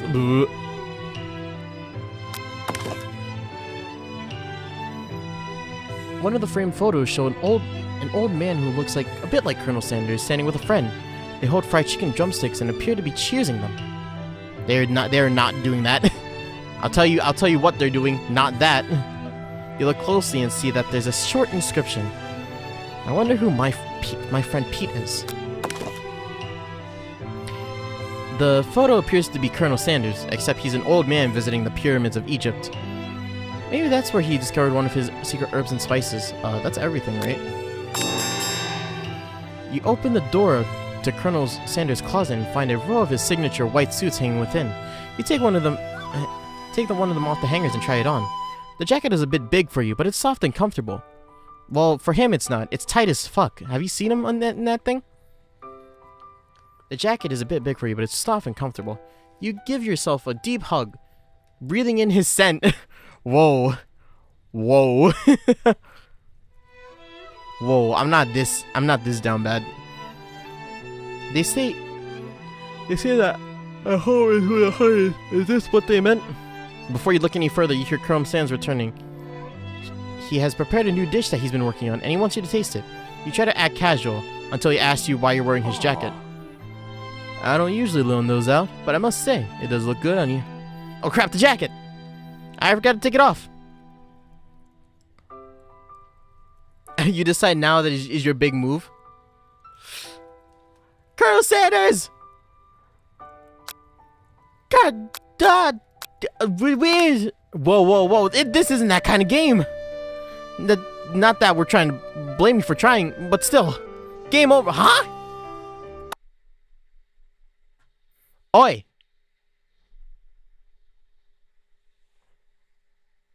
Really? Why did it give me a game over for that?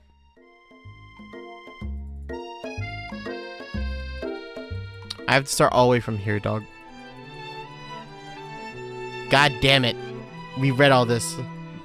It's a spork monster! Oh god, the spork monster! I didn't even say anything to him! Reveal it, it's the coleslaw.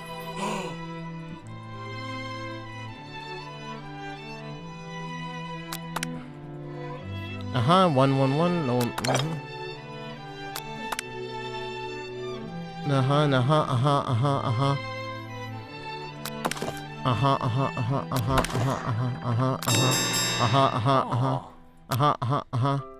Fess up and tell the truth. You confess. I think... What the fuck? Is it not what I just... Is that not what the first choice meant? Huh?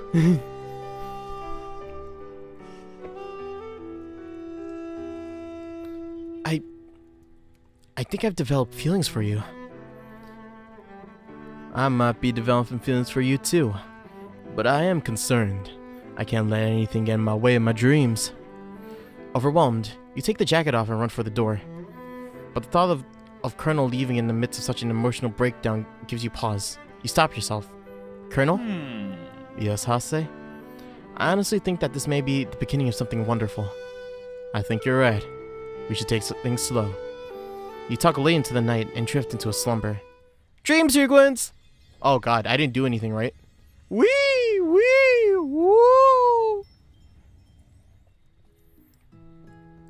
Oh god, wait, did something bad happen? You awake to a beautiful morning in Colonel Sanders' hideaway.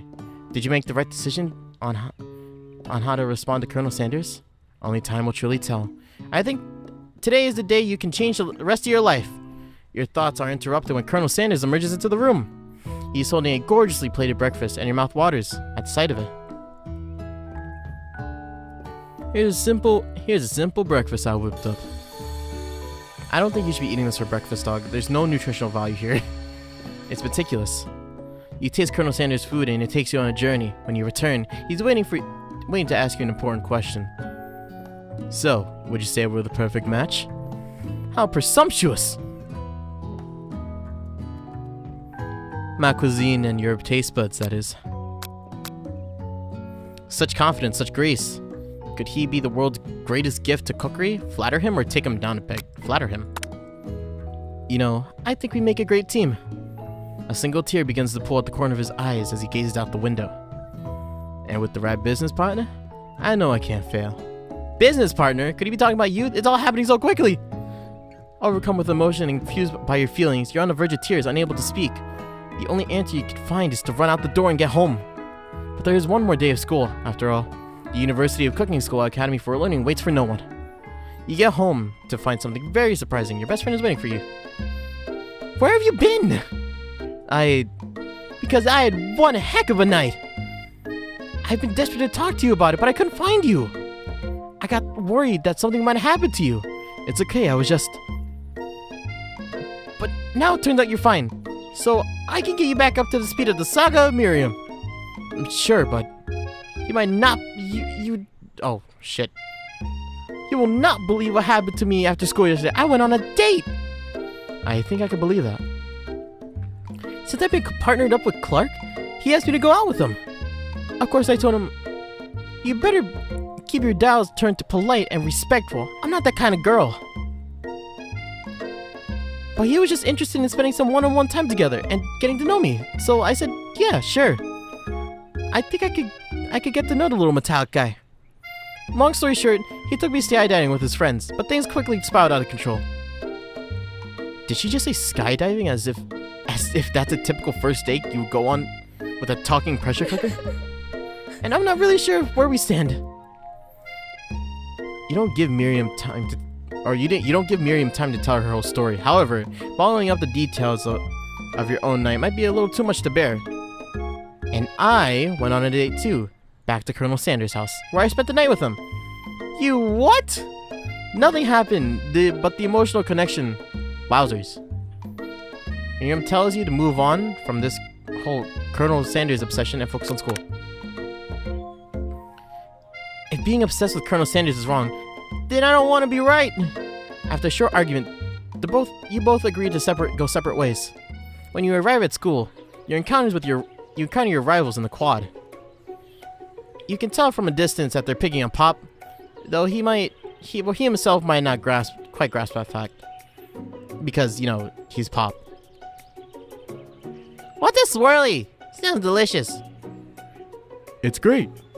I'll order you one right away. I'll have my swirly with sprinkles, please. Sprinkle is a dog and a treat. You can get your swirlies dipped too. Why don't you pick up some of your own size? Because I'm literally the biggest person at the school. There's that horse that Colonel Sanders rides to school. Well. But who would dare pick on such a gentle and beautiful creature? You've got some nerve, Hase. Suggesting I pick on a defenseless horse. Now you're twisting my words. I won't have it. You clench your fists, but the injury from yesterday's mixer accident makes you wince in pain. Doesn't look like you go on cooking like that. Might as well just give up. I'll never give up. Ever! Colonel Sanders arrives just as it appears things are close to boiling over. A naturally intuitive person, he senses that something has been going on. Is everyone excited for the final day of school? I'll say, how's the hand feeling?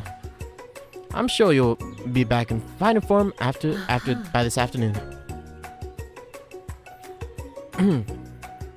What the fuck? Aren't you concerned about my hands, Colonel?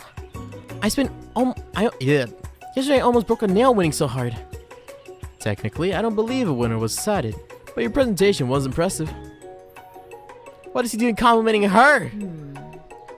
Well, what about the flavor of my delicate, warm, gooey chocolate sauce? It was clear that you're passionate about your food, how your food was received. That's a lot of words to say it was bland. Oh. What the fuck? Excuse me, Hase. I am more than capable to speak for myself. Jesus, whoa. I don't know why I said that. I didn't choose that. That wasn't me. Maybe you could tell me more of your thoughts as we walk into class, Colonel? I'm always interested in discussing the fine art of fine foods. See you inside, Hase. Annoyed by Colonel Sanders' inability to see Ashley for who you know she really is, you walk across the quad to get some distance. In an attempt to distract yourself from how slighted you feel by that interaction with Ashley, you take out the spell book you recovered yesterday and start flipping through the pages. Whoa! That's that book? It looks like bad news. It's just something I found lying around. It would appear some sort of grimoire, but I don't really believe in that magic stuff. Grimoire? Like a book of spells? I don't know. Who would spend so much time decorating a magic book if it wasn't really powerful?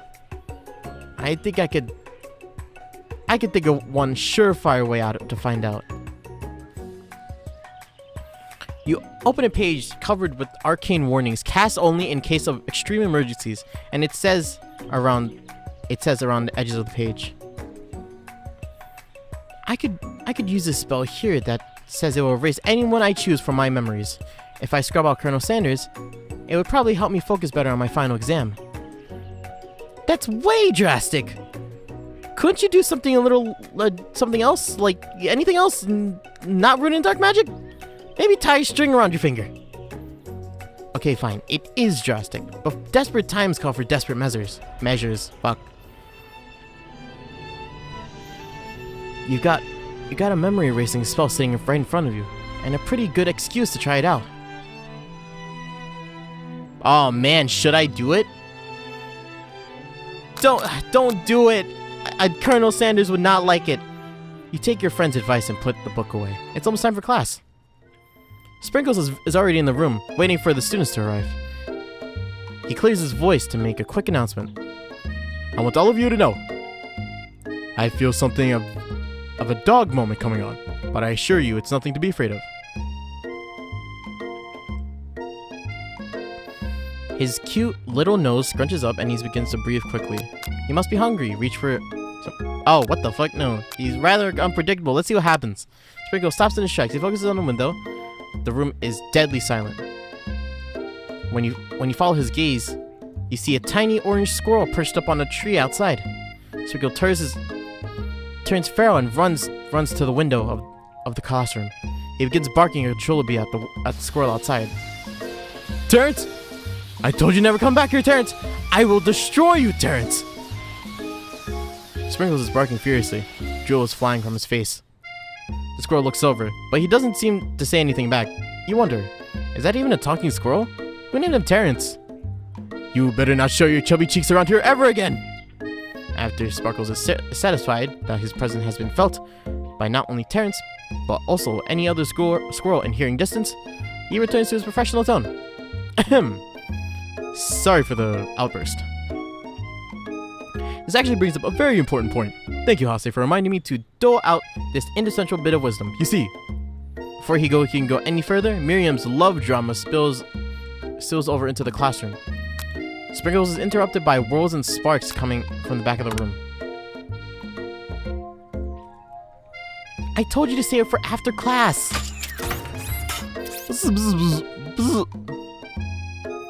You think I want to be thrown from a plane strapped to a stranger? Miriam and Clark appear to be arguing, but you haven't learned to speak Clark's language of mechanical noises. And no, you had to show off to your cool kid friends Jeff and Joan, JJ forever. Watch us form a triangle in midair as we descend. Triangles are our strongest shapes, you know. Bzz, bzz. Yeah, well, that doesn't make a great date. Weep, whoop. Then take Jeff and Joan with you. You can hold hands. You can all hold hands as you pedal down the mountain, or off a cliff, for all I care. You hear Clank begins to shudder. Steam pours out of its gaps in the panel, and then you hear a loud ding stops him in his tracks. No amount of seasoning is going to make me want to eat that, Clank. What the fuck, Clank? Clank burps out a completely deep-fried sneaker. Considering that he himself has wheels and not feet, it's not clearly sure where it came from. In terms of deep-fried footwear, I guess that looks okay. Or deep-fried footwear. Clank slowly rolls out of the room to be alone with his shoe. Everyone tries to pretend like they didn't see the entire thing go down. Nothing like... It's a shoe! He deep-fried a shoe on the last day of school! What the fuck? Nothing like a loud public breakup to cast a pall over the final day of school. Well, that was unfortunate. But we mustn't be distracted for what lies ahead. Final competition showdown, challenge exam. I'm still working on the title, but I think you get it. Test time approaches. I see you all in the arena.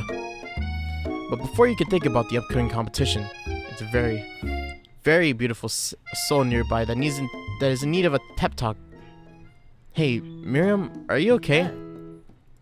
Okay? I'm so mad that I could smash a tiny mug, spilling several droplets of hot cocoa all over the floor. How could he embarrass me in class like that, in front of everyone? Her tiny cocoa is a delicate treasure, delicious treasure.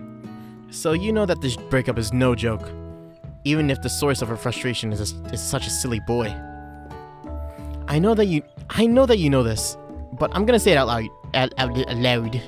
Out loud. You don't need anyone. Me and you, we're gonna cruise through this final test and hit a carpool lane in Success City. Miriam brightens up, imagining the wind rushing through her short bangs, but she hesitates to embrace the feeling all the way. You're not going to saddle up. What? What? You're not going to saddle up Colonel Sanders' stallion and ride off into the sunset without me? Of course not. Well, maybe, sort of, but I'm sure there's a pony out there with your name on it, and a ranch big enough for the both of us, whoever we want to bring along. If it's not Pop or Clank or anyone else you meet today, tomorrow, or this whole year, so what? You're a special person who shouldn't settle for the first someone to show little interest anyhow. Miriam gives you a big hug and wipes the tears off her cheeks. I should really review my menu for today. I'm going to make a very special soup. And I bet that Professor Dog is going to love it up. While you were pep talking Miriam, you completely missed lunch. But that's okay, because you had a better idea how to spend your time before the exam. You decided to head to the arena earlier to practice a dish. This is it, the location of your final challenge. A test of will, a test of courage, a test of talent. And a chance to beat the pants off of Van, the supposed man, and his eviler counterpart, Ashley. As planned, you begin to run through the quick test of a recipe that you've been working on. Hase's famous chicken pot pie. After practicing for months, this dish comes second nature to you, and you're lucky enough to get a fresh pot pie in the oven. But as soon as you do, your cram session is interrupted by Colonel Sanders. Hase, what are you doing in here? There's still some time before the final exam. Oh, I was just taking in. I'm big into visualizing success. I'm looking into my station and picturing victory. The pot pie has begun to bake, and the smell slowly filling the space around you. Visualizing, huh? That's too bad. I was hoping that you were cooking something delicious. You'd usually happily share your food with anyone who's hungry, but the last time you let Colonel Sanders get into your head, it cost you a cook-off. You decide that it's time to put your cooking above your romantic desires, but that decision gets hard to stick to when the oven timer goes off behind you. Just share it with him. Okay, you got me. I'm doing a little bit more than visualizing. I know. My nose can smell pot pie from 400 yards. That's an oddly specific distance, but you'd expect nothing less from such an oddly specific man. You knew it was a pot pie just from the smell? Not just a pot pie, but a chicken pot pie with an all butter crust. And my nose is telling me something else. Oh no, is it burning? No. I could tell that it was made with a heaping helping of TLC. What? What's TLC? But it'll probably start burning any second if you don't pull it out. The moment of truth. Wow. Look, guys, it's a chicken pot pie.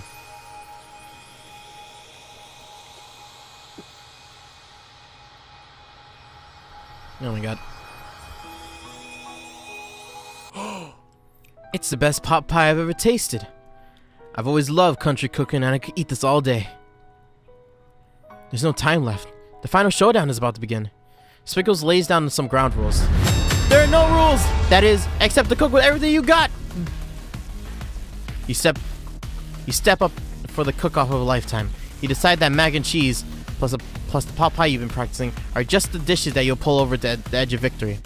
Meanwhile, both Van and Ashley are prepping wildly elaborate dishes. Per their usual over-the-top selves, Miriam has a giant magnifying glass with several sets of tweezers. She's definitely prepared to go big going small. Colonel Sanders seems to be harnessing his 11 herbs and spices, but he's trying to find a way to improve on something perfect, his original recipe fried chicken.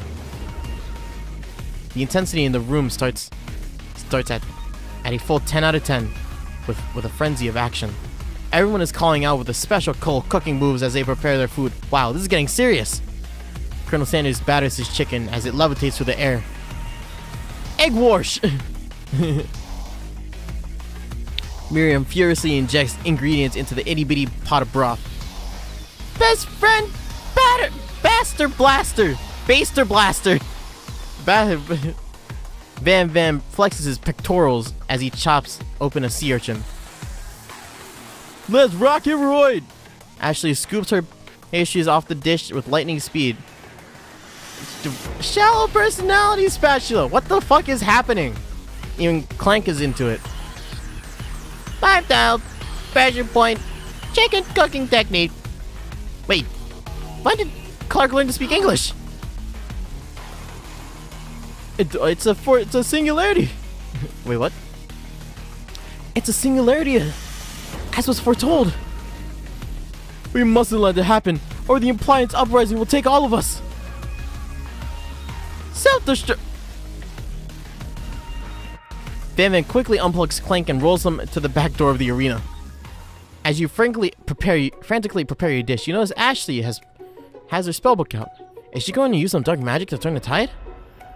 You've got a spellbook of your own and you're desperate not to see her win another battle. Should you take this opportunity to fight magic with magic, even if it's almost certainly evil magic? No, do it the hard way. The easy way is never right. Who needs magic when you got passion? I'm going to do it the hard way. Colonel Sanders sees that you've chosen to win on your own terms and gives you a subtle wink from across the room. I believe in you, Hase. Whoa. Whoa, Colonel Sanders, hold up. It's okay. I'm not gonna embrace the evil. Miriam notices too. I've always believed in you, Hase, ever since we were little kids, because I'm your best friend forever. You turn to notice Miriam at your station cheering for you. Miriam, what about your dish? If you're here cheering, who's cooking? Tiny food, tiny short cook time. I'm actually already done, so I thought I'd help you. Oh, that's sweet, but Miriam tosses a handful of spices directly into your boiling noodles. It's a secret ingredient. However, she doesn't know that you lied and and the ingredient was made up. And what in the world did she get an Eye of Newt from? The boiling pot explodes, sending Miriam flying backwards. Watery noodles begin to swirl up in the air, bubbling in a dark cloud that thickens and congeals over your very eyes.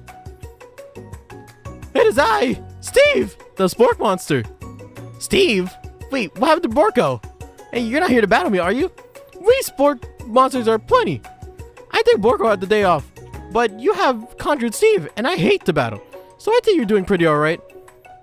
Oh hey, you're in the middle of a cooking competition. I love this stuff. It's better than TV. You crazy kids and your culinary skills really impress me. Mind if I hang out? I'm sorry, Steve, but I'm kind of in the middle of something. Do you mind? Spork the Steve monster notices that you got the grimoire stashed beneath your cooking station. I see what you're up to. Crisscross some magic items and accidentally summon me, huh? Huh, yeah, I guess sorta. Well, if you're here, would you mind tossing some fresh noodles into the pot of salted water? I'd love to. I've always wanted to be top chef. Actually, you know what? When I was a little spork pup, back in the old country, you feel Spork Monster winding up to tell a really long and involved story.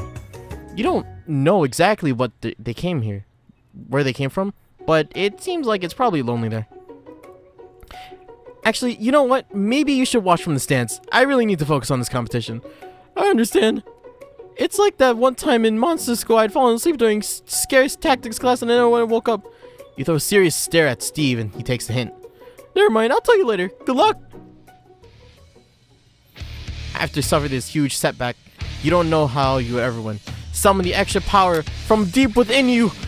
I can do it. I have what it takes. I came here to win. Your hair turns mac and cheese orange as culinary energy flows through your body. My heart is pure. My hands are steady. My taste buds have been preparing for the entire last of this. Yes, Hase, you are the chosen one. You will avenge me. The power you've been summoning immediately fades back out. You interrupted my inspiring monologue. Sorry. My heart is pure. My hands are steady. My taste buds have been preparing for their entire lives for this moment. I shall show the world my cookery. You begin to levitate off the ground. Energy courses through your body. You know that with this power you can do anything except return back time, which would be pretty useful because if you were powering up, your chicken pot pie overcooked in the oven and can't be served. But don't worry, dear Hase. You've only suffered some setbacks, but not all is lost. Impressed with your fortitude, Colonel Sanders decided that you've earned his support. I've been watching you today, and I must say, I'm truly impressed. You've been thinking on your feet, rolling with the punches. He steps up to your station and stands right behind you. I'm here to help. All you managed to make is mac and cheese, and time is almost up, so you're gonna need it. But Colonel Sanders, what about the test? What will happen to you? What about the rules? Following the rules have never been my thing. I follow my heart. What a guy. Colonel Sanders unfolds a delicate white towel to reveal the most delicious piece of fried chicken tenders that he have ever laid eyes on. And besides, sometimes unexpected combinations have surprising effects that will surpass your individual efforts. Are you suggesting if we combine forces, then we can form the perfect food unit. Time is up, students! What is his voice? I get him like generic, deep voice. With time expired, it's the moment everyone's been waiting for. Now, you must now prepare to present your dishes. A handful of students stand tall, but the class seems incomplete. It seems like we're missing some students. Pop? Clank?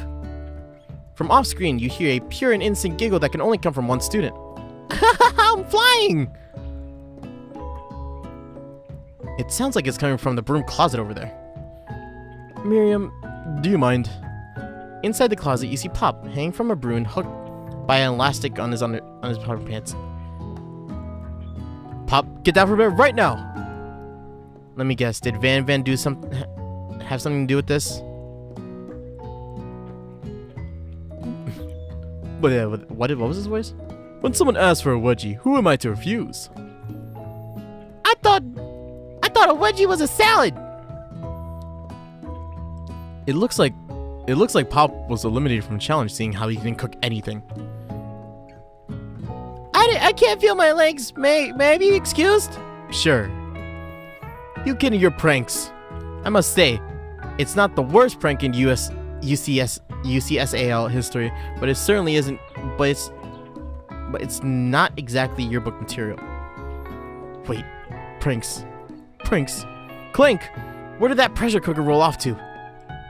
You wait to hear his signature whirl, beep, or other onomatopoeia, but there's none. Somehow he must have gotten unplugged, I guess.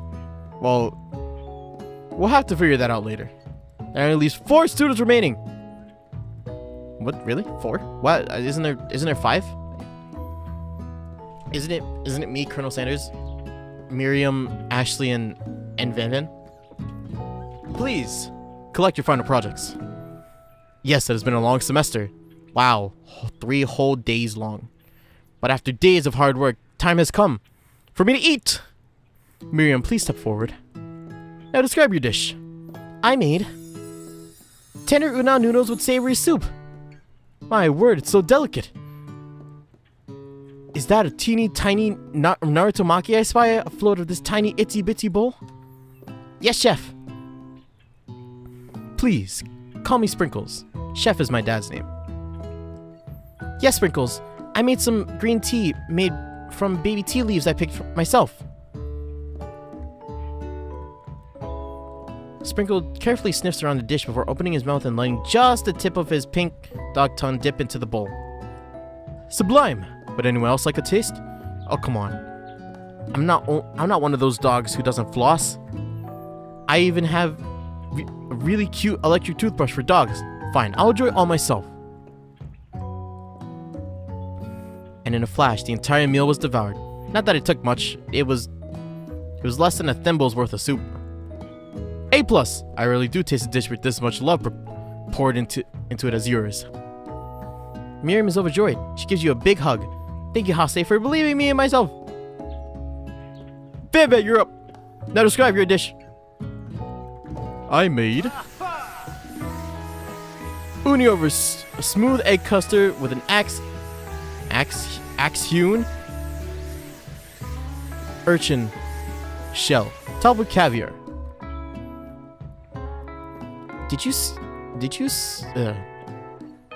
you skewer one type of urchin with spines from a second different color type of urchin? Yes, Sprinkles. A bit much, don't you think? That's exactly why I did it. It's a bit of my brand. Doesn't it look cool? Sprinkles leans in to sniff the uni, but he can't get his nose close enough on account of all the spikes. He begins to paw it erratically, causing the custard to slosh over. Wolf, wolf. Please be gentle with my cuisine. Urgh. Finally, Sprinkle goes all in, tongue first. But he can't get past all the needles. He reels back his tongue, as his tongue is poked and prodded. Youch, my tongue. Eric's, what's up?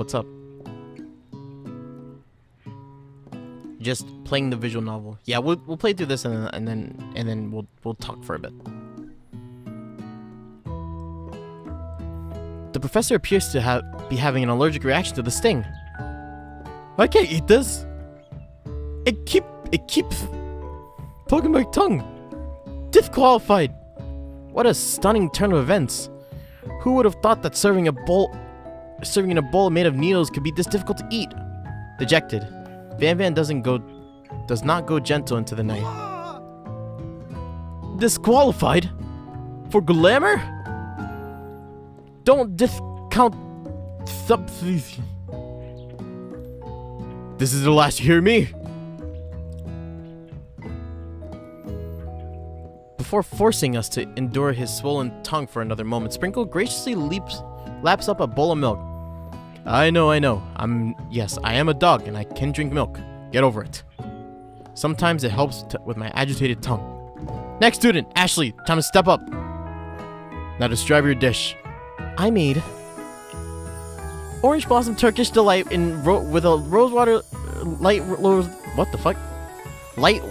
rosewater syrup topped with French meringue and connected with sugar glass. That actually doesn't sound too bad.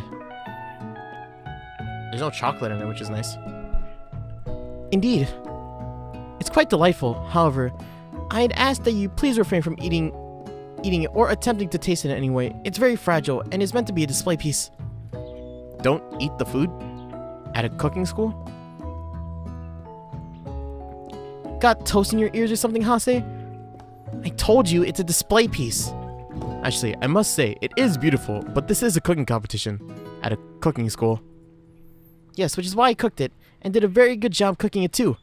I didn't realize that we were having an eating exam. If I wanted to be judged on eating, I'd have gone to College of Eating, school for the hungry.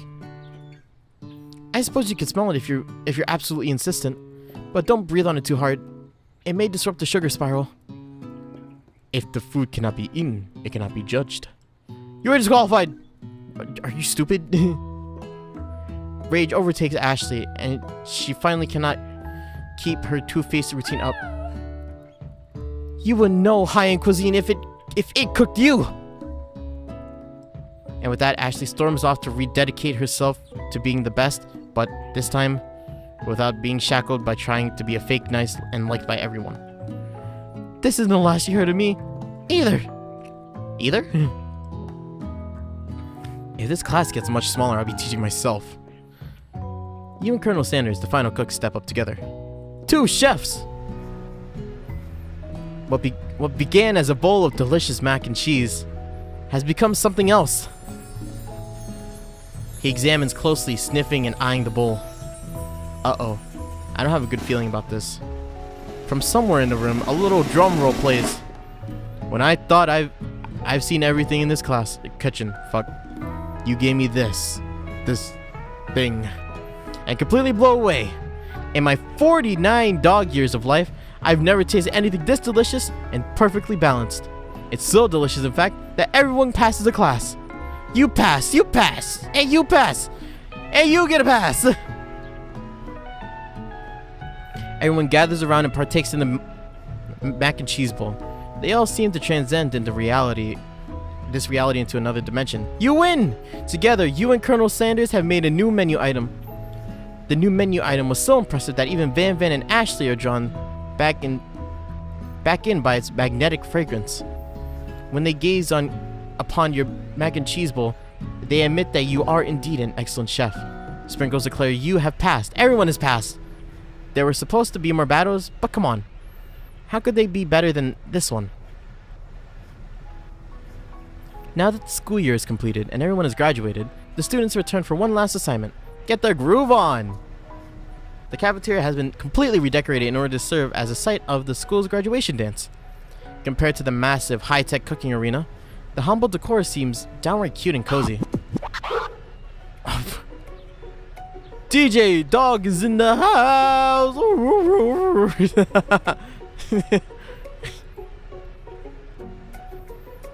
You knew that Sprinkles was Master Chef, but also a world-renowned turntablist? Who says you can't teach a old dog new tricks? Oh, they changed outfits. Van Van and Ashley tell everyone that they've committed themselves to righting the wrongs they did while they were the villains. For a moment, you actually believe in them. Not another haunting. No ghosts allowed at graduation. It's clearly written in the school's bylaws. Actually, I was never actually a ghost. It was all a trick to get you to finally notice me. Oh, amusing. Now that everyone's together, it's a spark monster. He has totally mellowed out. Everyone, the spark monster is no more from here on out. I'd prefer that everyone refer to me by my new name, Party Monster. Students try to finish what he said, but everyone is too warped in talking to Party Monster. Dejected, the student walks off. Maybe things didn't work out for Miriam romantically, but she did find a love in her cooking. And you know what she's gonna do great. A red carpet rolls out across the floor of the ballroom. It's like a Hollywood movie premiere. Who could command such an entrance? It's Pop! Oh god. Okay. Ow. Oh my god. This game is taking so much longer than I thought it would. He arrived late to the dance, but apparently for a good reason. Walking the carpet, you see perched atop his dirty chef's hat, a crown? Welcome back, Pop. Welcome back, Pop. I know you weren't able to complete the final exam and accept your diploma, so we had mailed it directly to your father, and we figured it was the least we could do for the school's dean. Oh, now I get it. And we get a new wing in the school, not to mention the honor of educating the son of the chancellor of such and such. The music at the dance was interrupted by the sound of sparking and electrical hissing. It's Clank, who arrived late to the party. Now that I graduated, I can reveal my truth. Whoa, he's still doing the talking thing. I am Clank. I am not of this earth. I'm actually from a faraway planet in another dimension. What? I feel like I knew that this whole entire time. Now that I've learned the ways of your kind, I must return. Miriam, will you come with me? I don't know what to say. Besides, no, obviously. I have just begun to learn who I really am. This isn't the time for me to devote my life to figuring out who you are, Clank. You're blown away by Miriam's maturity. It's pretty clear that she has managed to suppress you in that regard. I understand, kind of. Humans are weird. A portal opens up and Clank disappears through it. Finally, Colonel Sanders arrives. Oh, casual Colonel Sanders. Look at him. He's still wearing white. Howdy, classmates. Just like the first day you met him. He has come prepared to feed the entire class. However, it's not just to give them a bucket of chicken. This time it's a full meal. I don't get to be the most famous chicken man in the history of chicken and man by not reminding people to go out and buy my chicken. Is that it? Huh? No, it's not the end. As everyone feasts on their delicious chicken dinner, Colonel Sanders finds you sitting at the edge of the dance floor. Hase? Why are you sitting all alone? You know, just waiting for the right person to come to ask me for a dance. I wonder. Might you tell me, what qualities would you expect to find in such a lucky person? I don't know. Off the top of my head, a spicy musk, a tidy goatee, and a degree from the University of Cooking School Academy for Learning, just to name a few. It's true, my lucky day. Will you dance with me? Yes, I would love to! As you glide across the dance floor, hand in hand with Colonel Sanders, the future stretches out in front of you. And once my 100th franchise is up and running, I'll be ready to take a day off. And I'll be so glad to spend it with you, Hase. How sweet. We'll work together and play together. Colonel Sanders stops dead in his tracks. Work together? Well, I think this is something I'll just need to do by myself. But who will help you run your restaurants? I don't believe I need help. Besides, based on your time at school here, do you really think running a restaurant is the best path forward? Could it be? You found a love connection, but you failed to earn Colonel Sanders' respect as a chef? Can you live with only half of him? Will you be able to endure sharing him his love? Wait, will you be able to endure sharing him with his other love? The love of entrepreneur? I suppose I could enroll in pastry school. Oh dear Hase, I'm sure you'll find your place eventually. And along the way, you'll have me by your side. The end!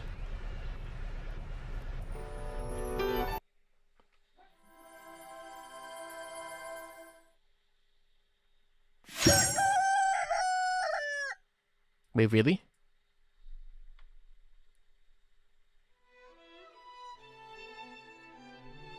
Was that it? That's it? That was it? I like this theme though, actually.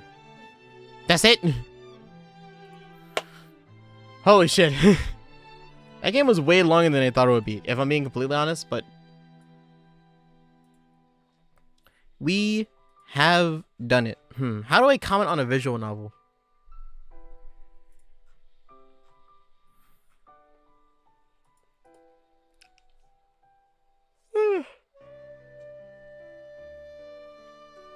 What'd you guys think of it? It was there are a few funny moments, but it's nothing to write home about, right? That's what I'm trying to say, right?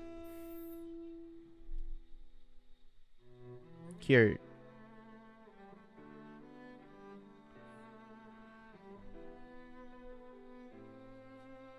Colonel Sanders. Doo-doo-doo.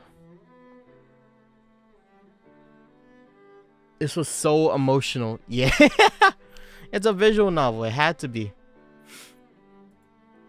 It was a roller coaster, right? It was a fucking roller coaster of just like everything happening at once.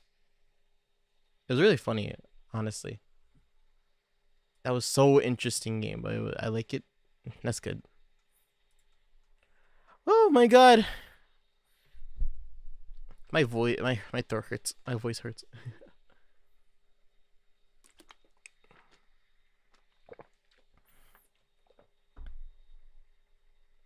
It was a silly 2 hours of my life. Yeah, I don't know how to comment on visual novels, really. It's really hard to. Because, like, you're reading half of it, but you don't want to... Here's the thing, you don't want to disturb the flow of the story, but also, like... I gotta, like, talk about it. I'll be honest.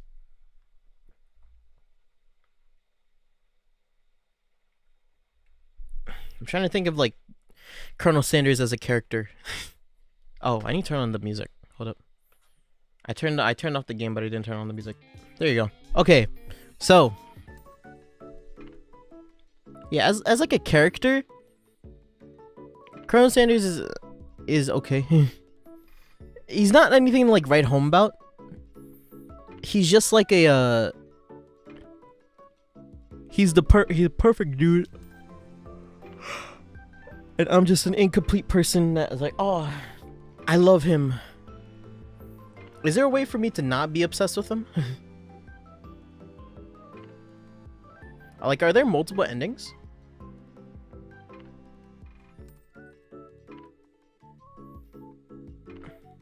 Let me see.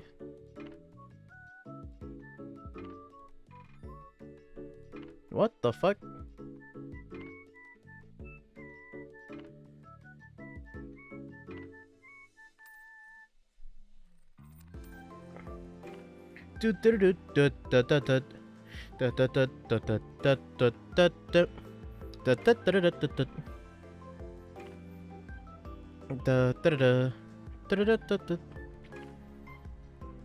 Yeah, I don't know.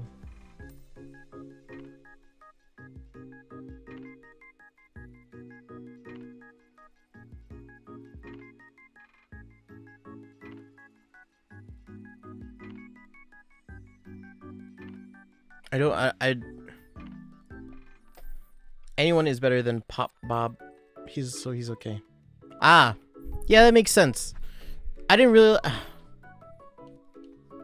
Was there a character that I really didn't like? I like most of them. I didn't like them enough to like really care about them. It's alright. It's alright. It's like it's a 2.5 hour like visual novel, so I'm not like pressed about like being like, oh, I really wanted to connect with them. I thought Van Van was funny. Miriam as a character is weird. I don't know what her function is, other than to be the best friend. Cause like while we're doing our thing with Colonel Sanders, she's going on her own like adventure with everybody, which is nice, I guess.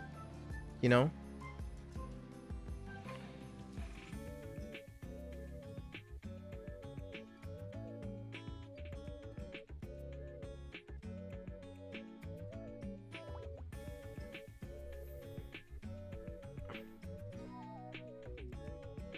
Honestly, I think everyone is annoying. And they're alright. They're alright. Honestly, I thought I would like Ashley a bit more. Because here's the thing, I really like her design. I like Ashley's design. Even though it's like generic, like posh, kind of girl-ish, like mean girl-ish design, I'm kind of... Yeah, he's a JoJo. Yeah, he's a JoJo. I half expected to just see a stand behind him, you know? He just like pop up out of nowhere, which kind of happened with the magic stuff, but not really. But yeah, I thought I would like Ashley more. Like, but like I don't like most things about her other than the fact that she's like, other than her design. Yeah, what a weird game. What a weird game.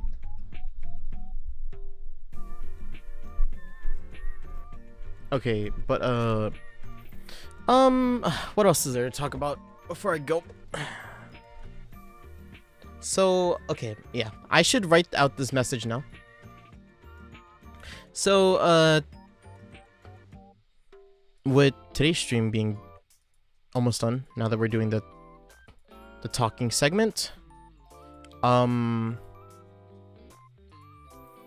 I will write this now, and I'll tell you guys right now that I will not be here on Saturday. Saturday there will be no stream because there's something that I have to do. I'm going out basically. I'm not gonna be at my place. What Saturday? Today is so the 27th, 127. Yeah, so there won't be a stream on the 27th because I'll be doing something. But I will be back for Tuesday, so we can play more Fire Emblem.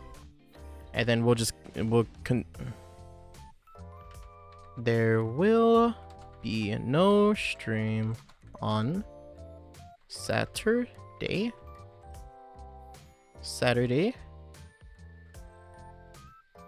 the 27th.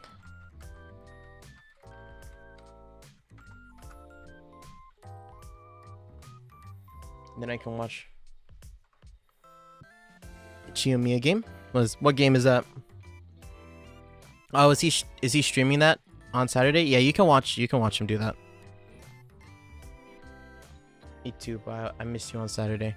Yeah, it's okay. I'll be back. Do some plans. I'll be back. Be back for Tuesday's stream of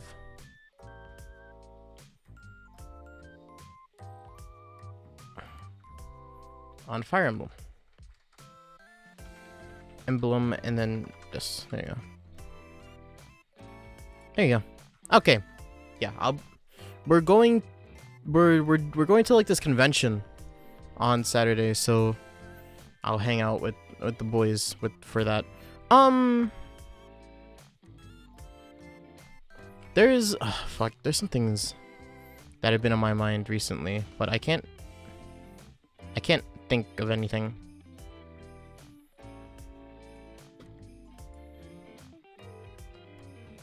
Really tired. I'm not tired.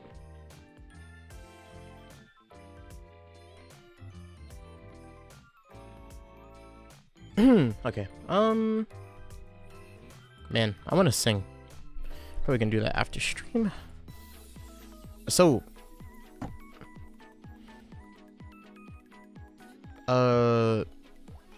yeah. What am I gonna do after stream right now?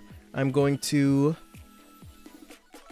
hop off. I'm gonna go downstairs, eat, and I'm gonna come back upstairs. I'm gonna play Power World. Woo, Power World! I'm having so much fun with that game, God. You guys, it's crazy. But yeah, I don't really have anything else on my plate right now. I think I'm gonna pick up some more stuff to do just for like things. I need to make a thumbnail. Right. I should have put that in the post.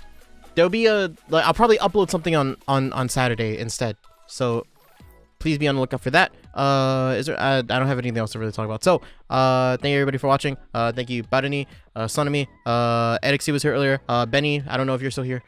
Uncheated, was here earlier. But, yeah, I will head out for now, and I'll do whatever I need to do. And then I'll see you all on Tuesday. See you all on Tuesday for the Fire Emblem stream. I'm sorry about Saturday, but, you know, plans happen. But yeah, thank you everybody for watching, and I'll see you all till then. Okay, bye bye. Good night. Good night. Oh shit, wrong screen. What's this one? Okay, thank you. All right, bye bye. It was fun. Suggest me more games on the forum or something, or clips. Okay, bye bye.